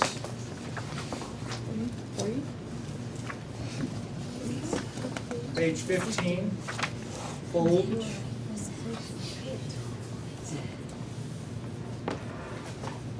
You're looking at me, Sonia, that means you'll do it. You know this with students, you ask them and they look down and then the one that glances up is nailed. Thank you, Sonia. Okay. I am partial to poems about ruinations, explosions, or minor joy, like falling on the head of gentle elders. Also, the way pampas grasses look toward the end of summer, shining, shaggy. The quietude of their patient sway. Cakes in a window do something for me too. Even the doilies where cakes once sat, marked with small stained crumbs of sugar. Can you see my proclivity for the world? Small and little, a diminutive tendency in a world given open to the sprawling and huge. You could try a pebble, a miniature box, people with a passion for origami. Well, I'm not one, but I like to see what they fold. Toddlers in rotary carts, swinging plum's legs like me. Legs make me pose. How difficult not to touch them. If you send something about a mound of lentils, I will be intrigued. The general potency and power of humankind, however, it's hard for me to get my mind around. Watch that girl guard her empty sack after the muffin is gone, popping it, listening to its breath. Consider the blue velvet hair band trapped in the puddle at the water park, or the small yellow shovel we found half buried on the beach.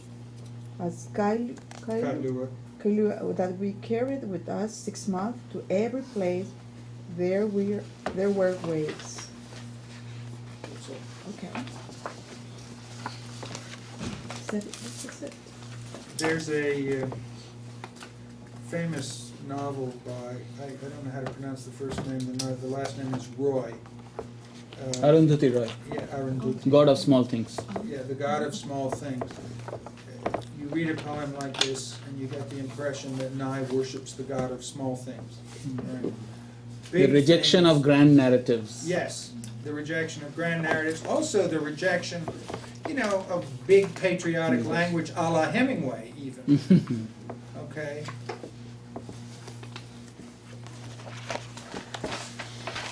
How is the small thing,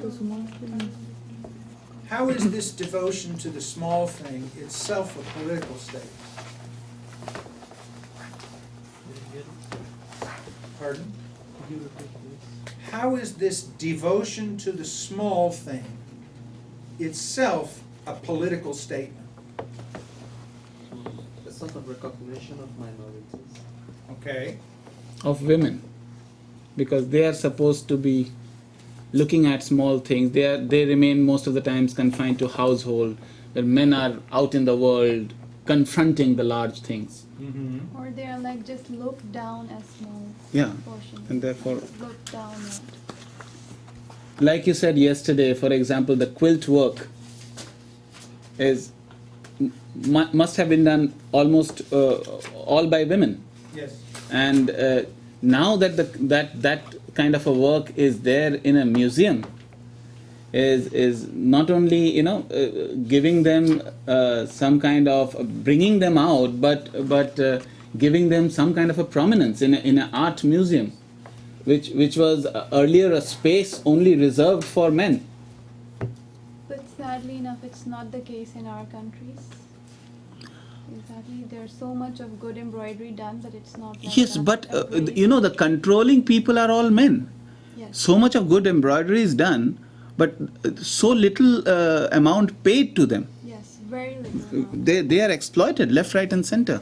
That is also what I would say.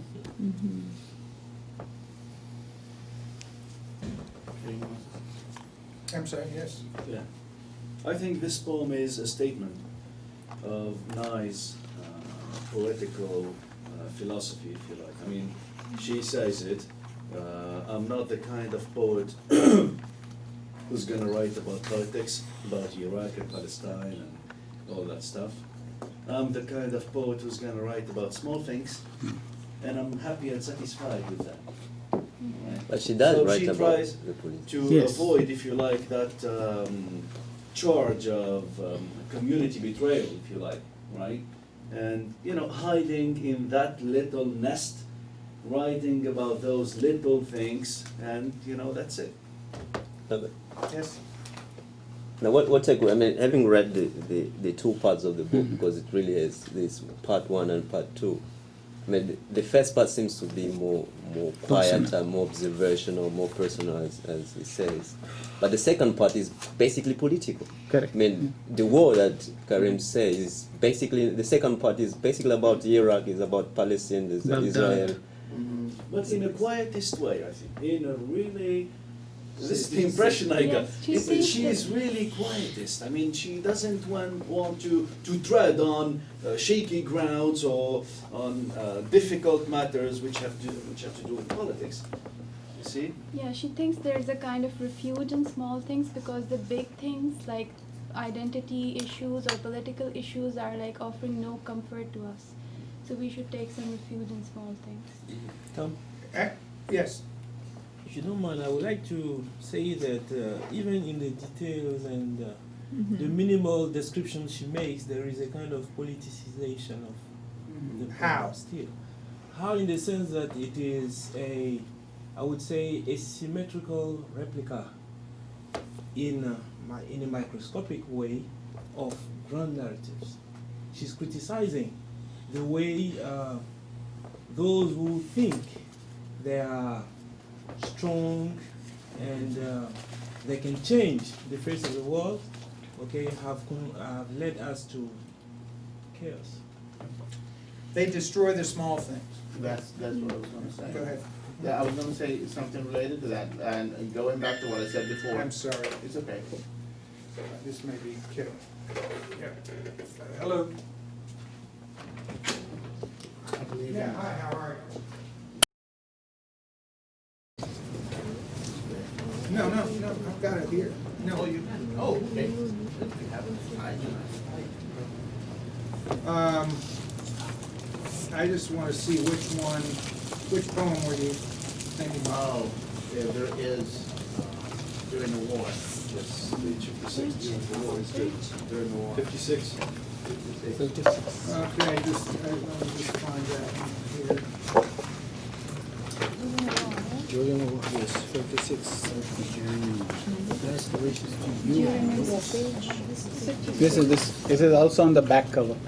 Yeah. Easy. It's very easy. The war lady. Yeah, that's- yeah. One of his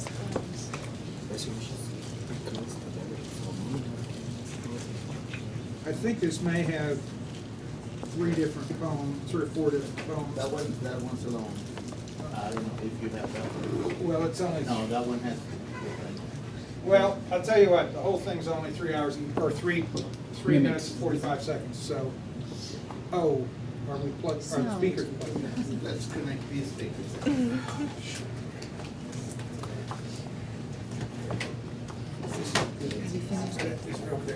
Kind of. Okay. I Me gotta have a too. lot I'm more. here. Kind of. I rarely This finish. seems to me like a postmodern joke. Join the war is not This book.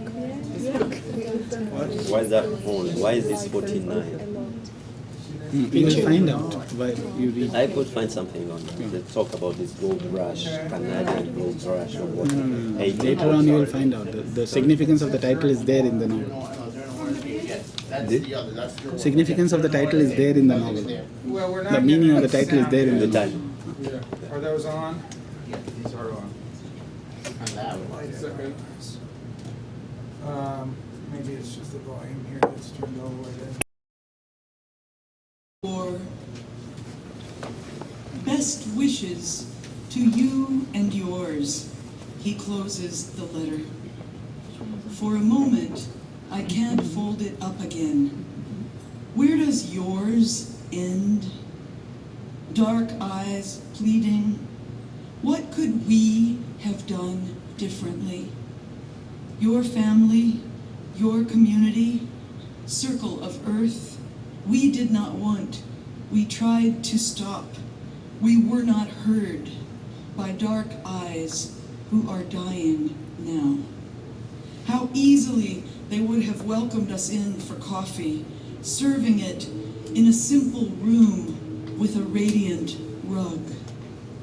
Your friends and mine.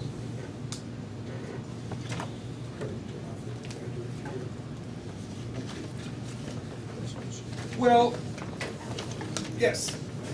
Right. I mean, this is irresistibly reminiscent of Thomas Hardy's The Man He Killed. Because, I mean... Had he and I but met, we'd have Yeah. had a beer together, but as it was, Manny I and shot him. Ibrahim, I mean... Right, yeah. Right in I the simply brain. shot him because I didn't know who the guy is. But it was simply more, I had to kill him. Here is again a statement on a nice part, which is rather assimilationist, inclusive. Let's find a space, let's live together, peaceful coexistence, happy togetherness, rather than war. This is, what I got from this book. Now, yes.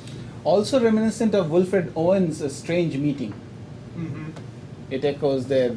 There a soldier dies, and the imagery presumably is that of hell. And he goes down there, and the imagery is that so many people are lying around. And then he finds someone he had killed yesterday, Yes.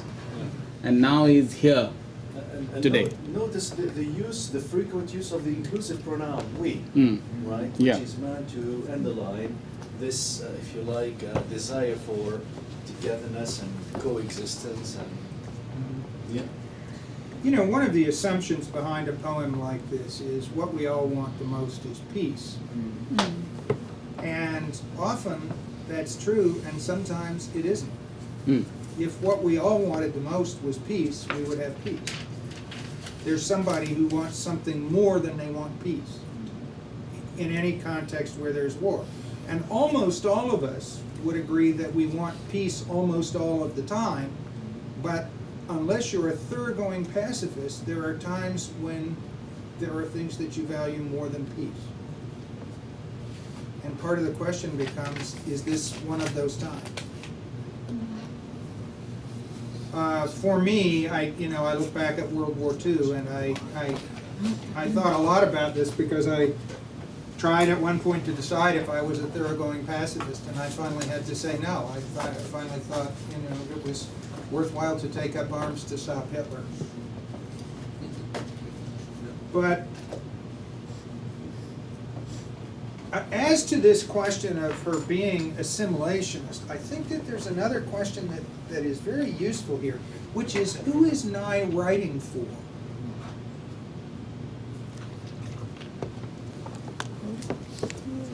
Yes. The audience would be naturally, mainstream Americans and Arab Americans. Mm. Yes, but this is, I would argue that you have it in exactly the right order. That these are poems that are written first to a general American audience, Exactly. and not Yeah. first to a Palestinian Yeah. audience. And to some extent, I think the perspective of the poems is shaped by what needs to be said to Americans.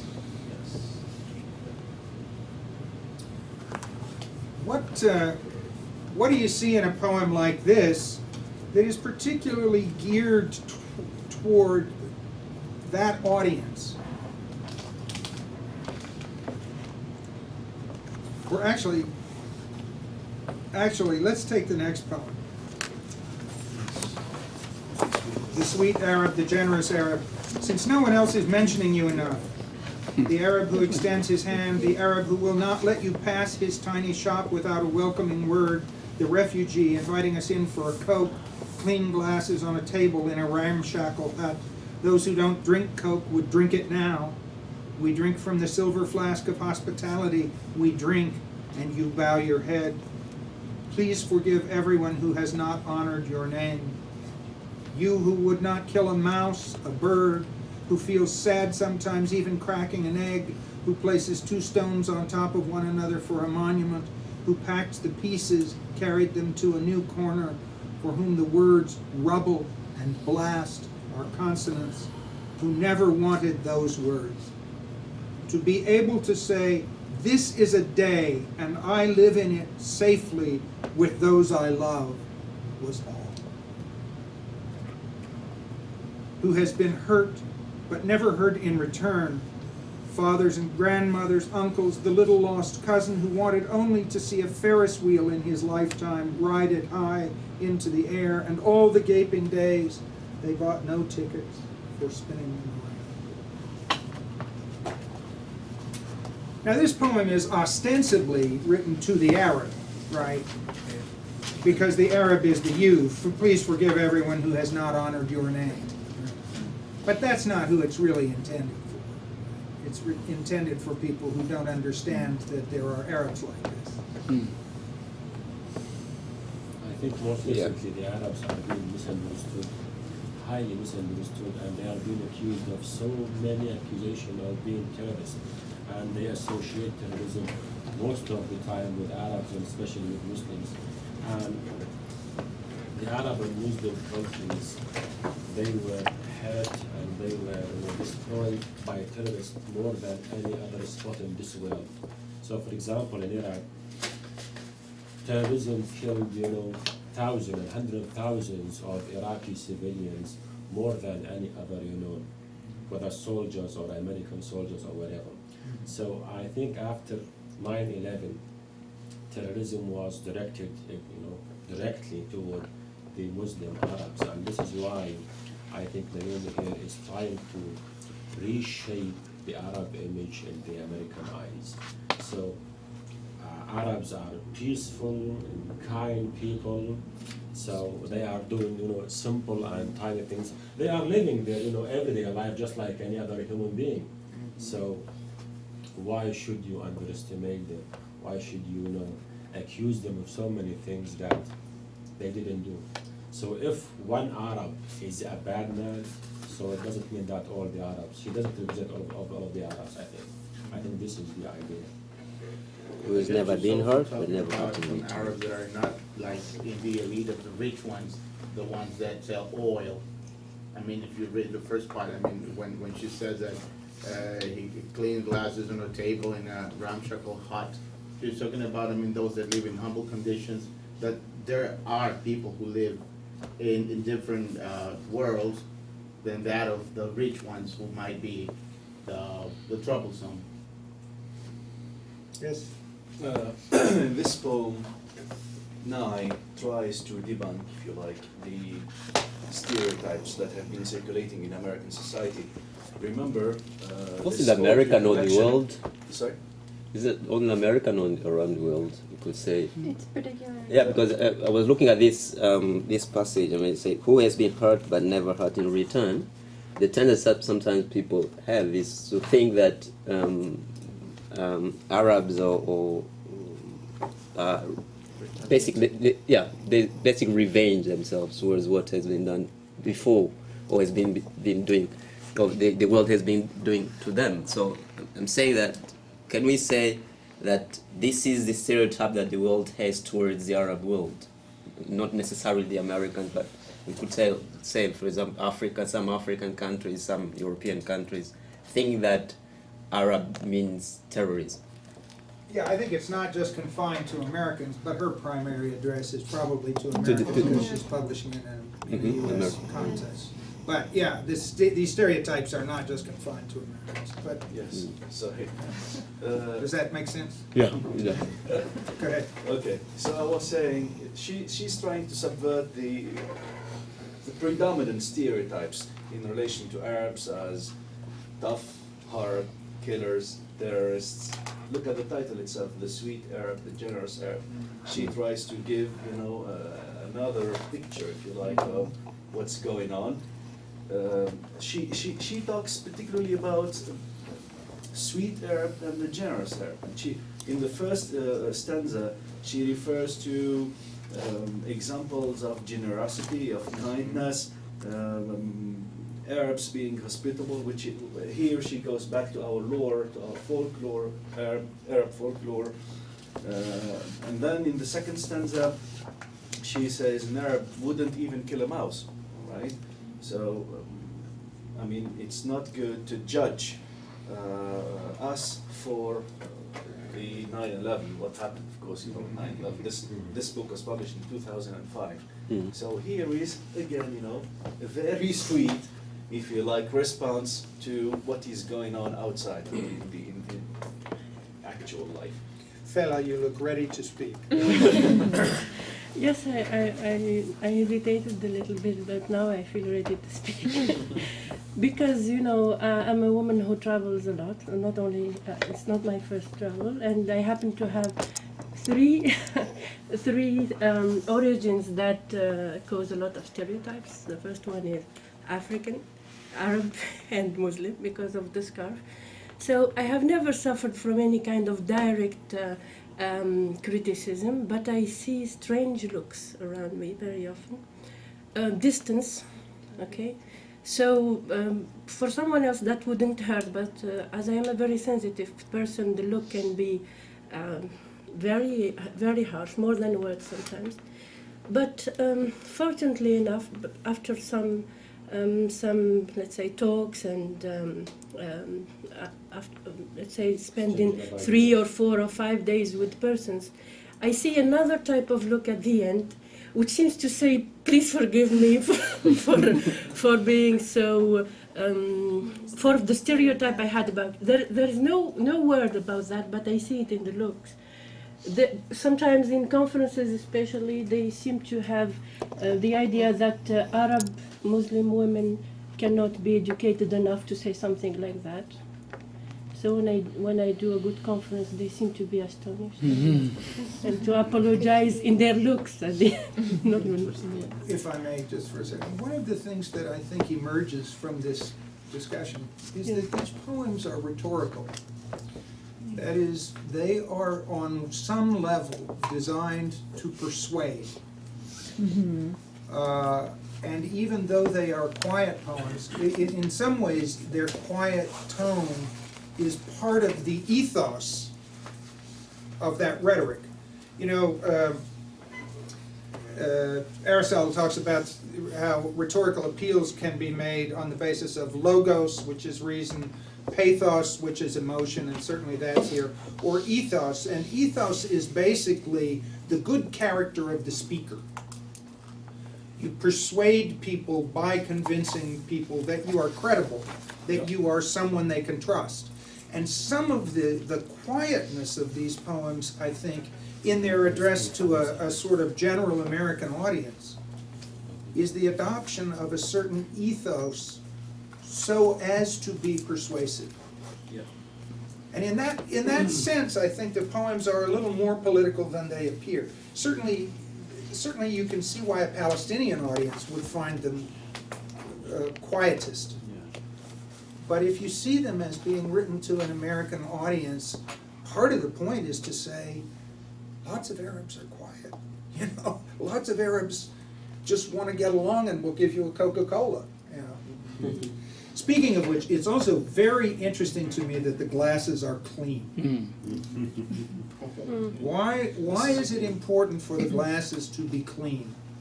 Because this has to do with stereotype, another stereotype. Yeah. I see. Of course, yeah. And it's a stereotype not only of Arabs, but of the poor worldwide, that the poor are dirty. Yeah. Right? This is a refugee in a ramshackle hut, but the glasses are clean. Yeah.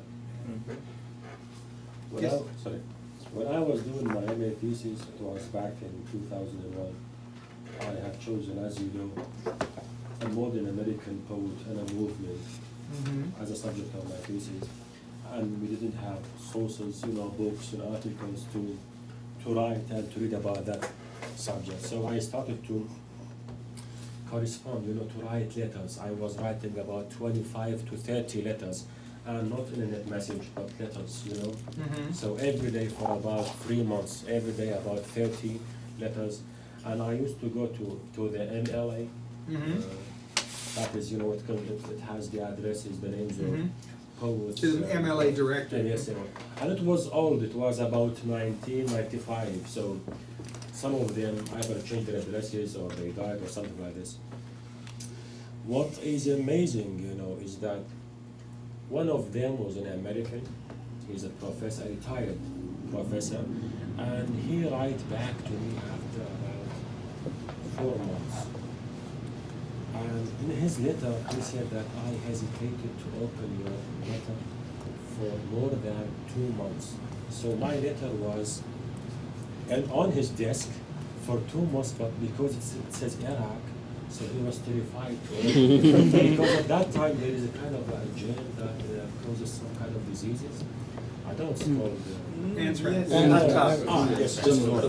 So he was terrified. It was in front of him for 2 months, and then he decided to open it. Then he was, he apologizes for this, and we became very close friends.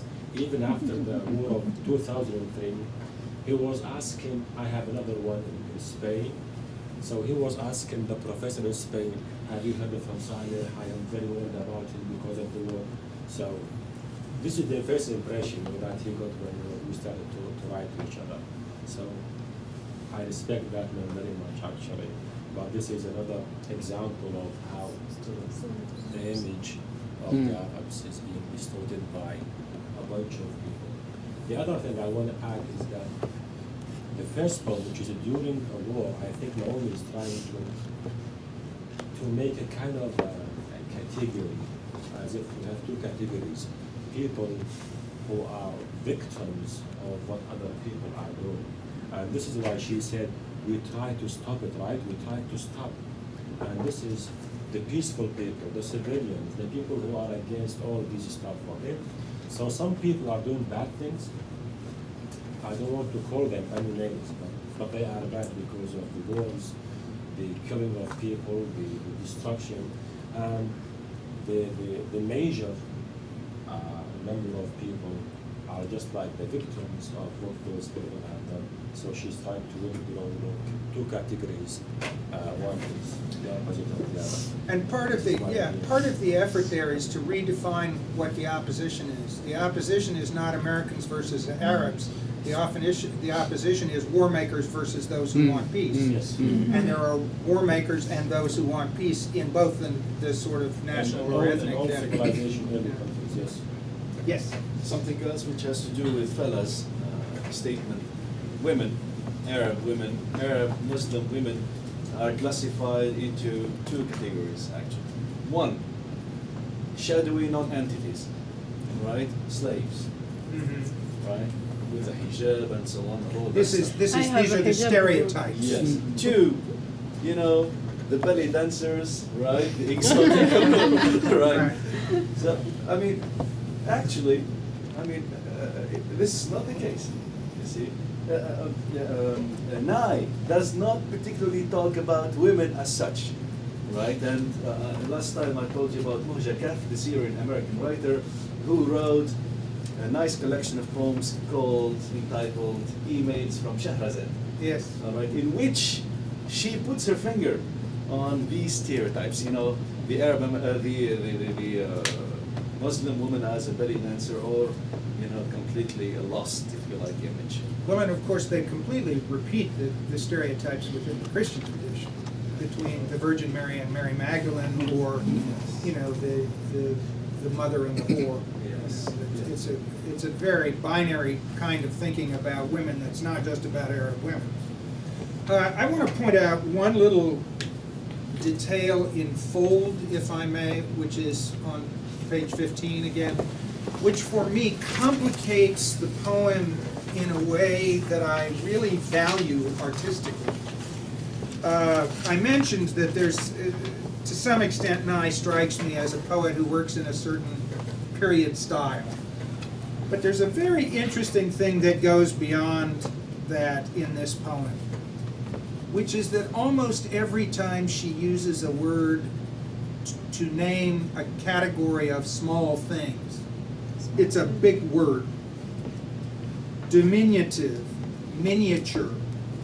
The words for small in this poem are 4 or 5 syllable words.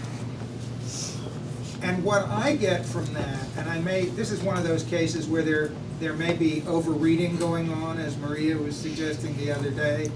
I may be overreading, but what I get from that is a certain tension in the language, in that even small things aren't just small things. You can't confine things that way. It takes a big word to name a small thing. So that there's a kind of paradox in the language that suggests it's not that simple. It's not just big abstraction versus small concrete detail. Somehow, even the small gets bigger in language. Or maybe the things that look very large on their appearance are in fact very small. Yeah, I think that could be part of it too. I think, but I just thought it was, and you know there are words for small that are small words, like small. But diminutive is a different, or miniature. Those are conspicuously long words for small. Yes.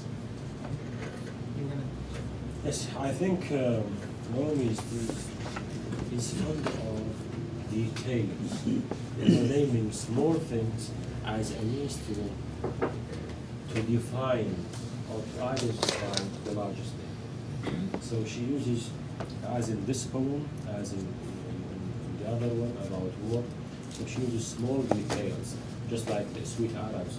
So also she uses small details to define larger things. So I think she's fond of these details because these are the things that form us. Okay, I can tell who you are by the small, tiny things that you do every day or your interest. Small, another name for the accumulation of small things is a small word, and it's life.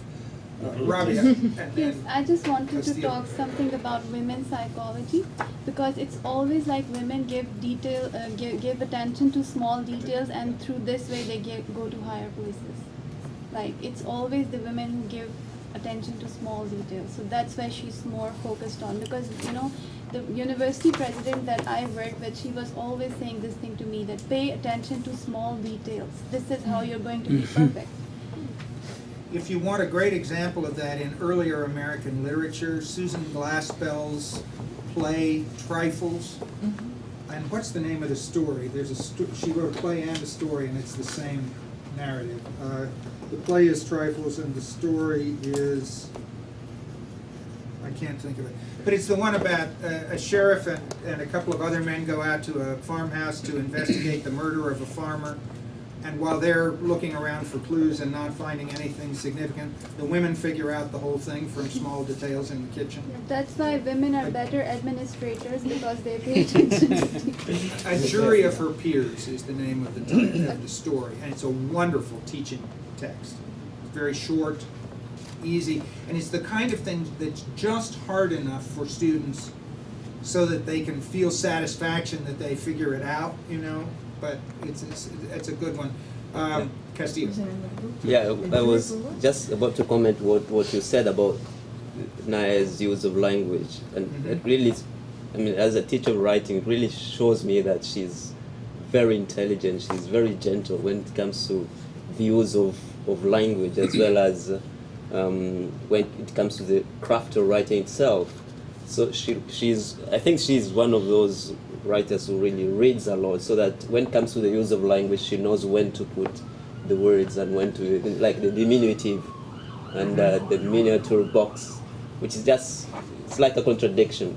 Box is miniature, then basically that. It's very, very intelligent when it comes to the use of language itself.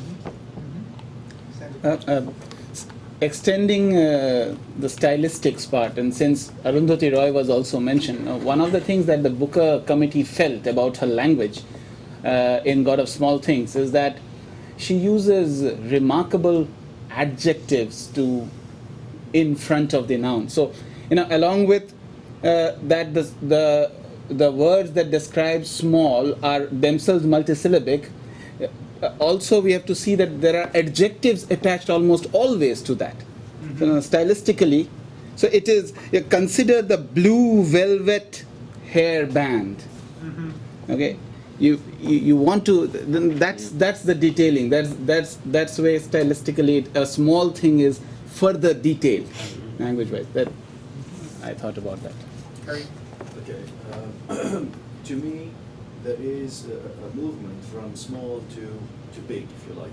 From page 15, fold, to page 57, particularly now the last stanza, we could trace, if you like, a movement from low to high, or from small to big. Look at these second stanza.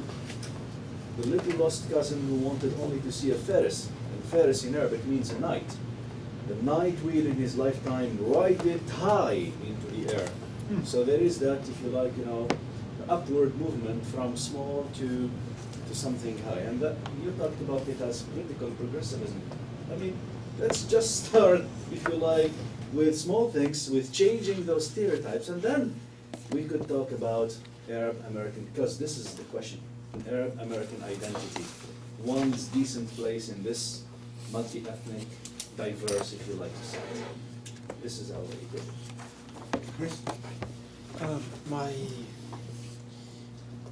In fact, it is not clear in my mind, but I would like to try an analysis. Because I've remarked that through all her poems, words like explosion, ruins, partial, small, pebble, miniature, may be reminiscent of an explosion of totality. Totality being a coherent construction. Blowing it out. Yeah. Yes. She's blowing everything. I like that, and it's once again, it's that skepticism toward meta-narratives, and that staying down within the specifics instead. I think that works. One other thing that really interests me in this poem, if I may just add to, I think you're dead on, but the blue velvet hairband dropped in a puddle, or the small yellow shovel we found half buried. On the one hand, these are simply objects that somebody has lost. On the other hand, to me, I read those lines and there's an undercurrent of what you might see that is left from a child in a place where a bomb went off. There's the hair ribbon. Where it's the half buried of the shovel that does it to me. It's just, on the surface level, these are just small things that you can see that somebody has left somewhere. But I also found myself getting this second image of those very same objects left after a bomb, which makes those details even more poignant. One of the things that always interests me when we talk about Nye is that as soon as we start talking about her, I get more interested in her than I am when I read her. And that, to me, is an indication that she's really a pretty good writer. Writers who get more interesting as you talk about them, that's a big plus. Yes? There's another thing that is surprising me. I mean, most of the time when we talk about war, we talk about spectacular, masculine posturing. But while talking about the war, she does not talk about heroic things. Or she talks about little things that have their own heroic dimension. Well, it's lunchtime. Okay. So when we come back at 2,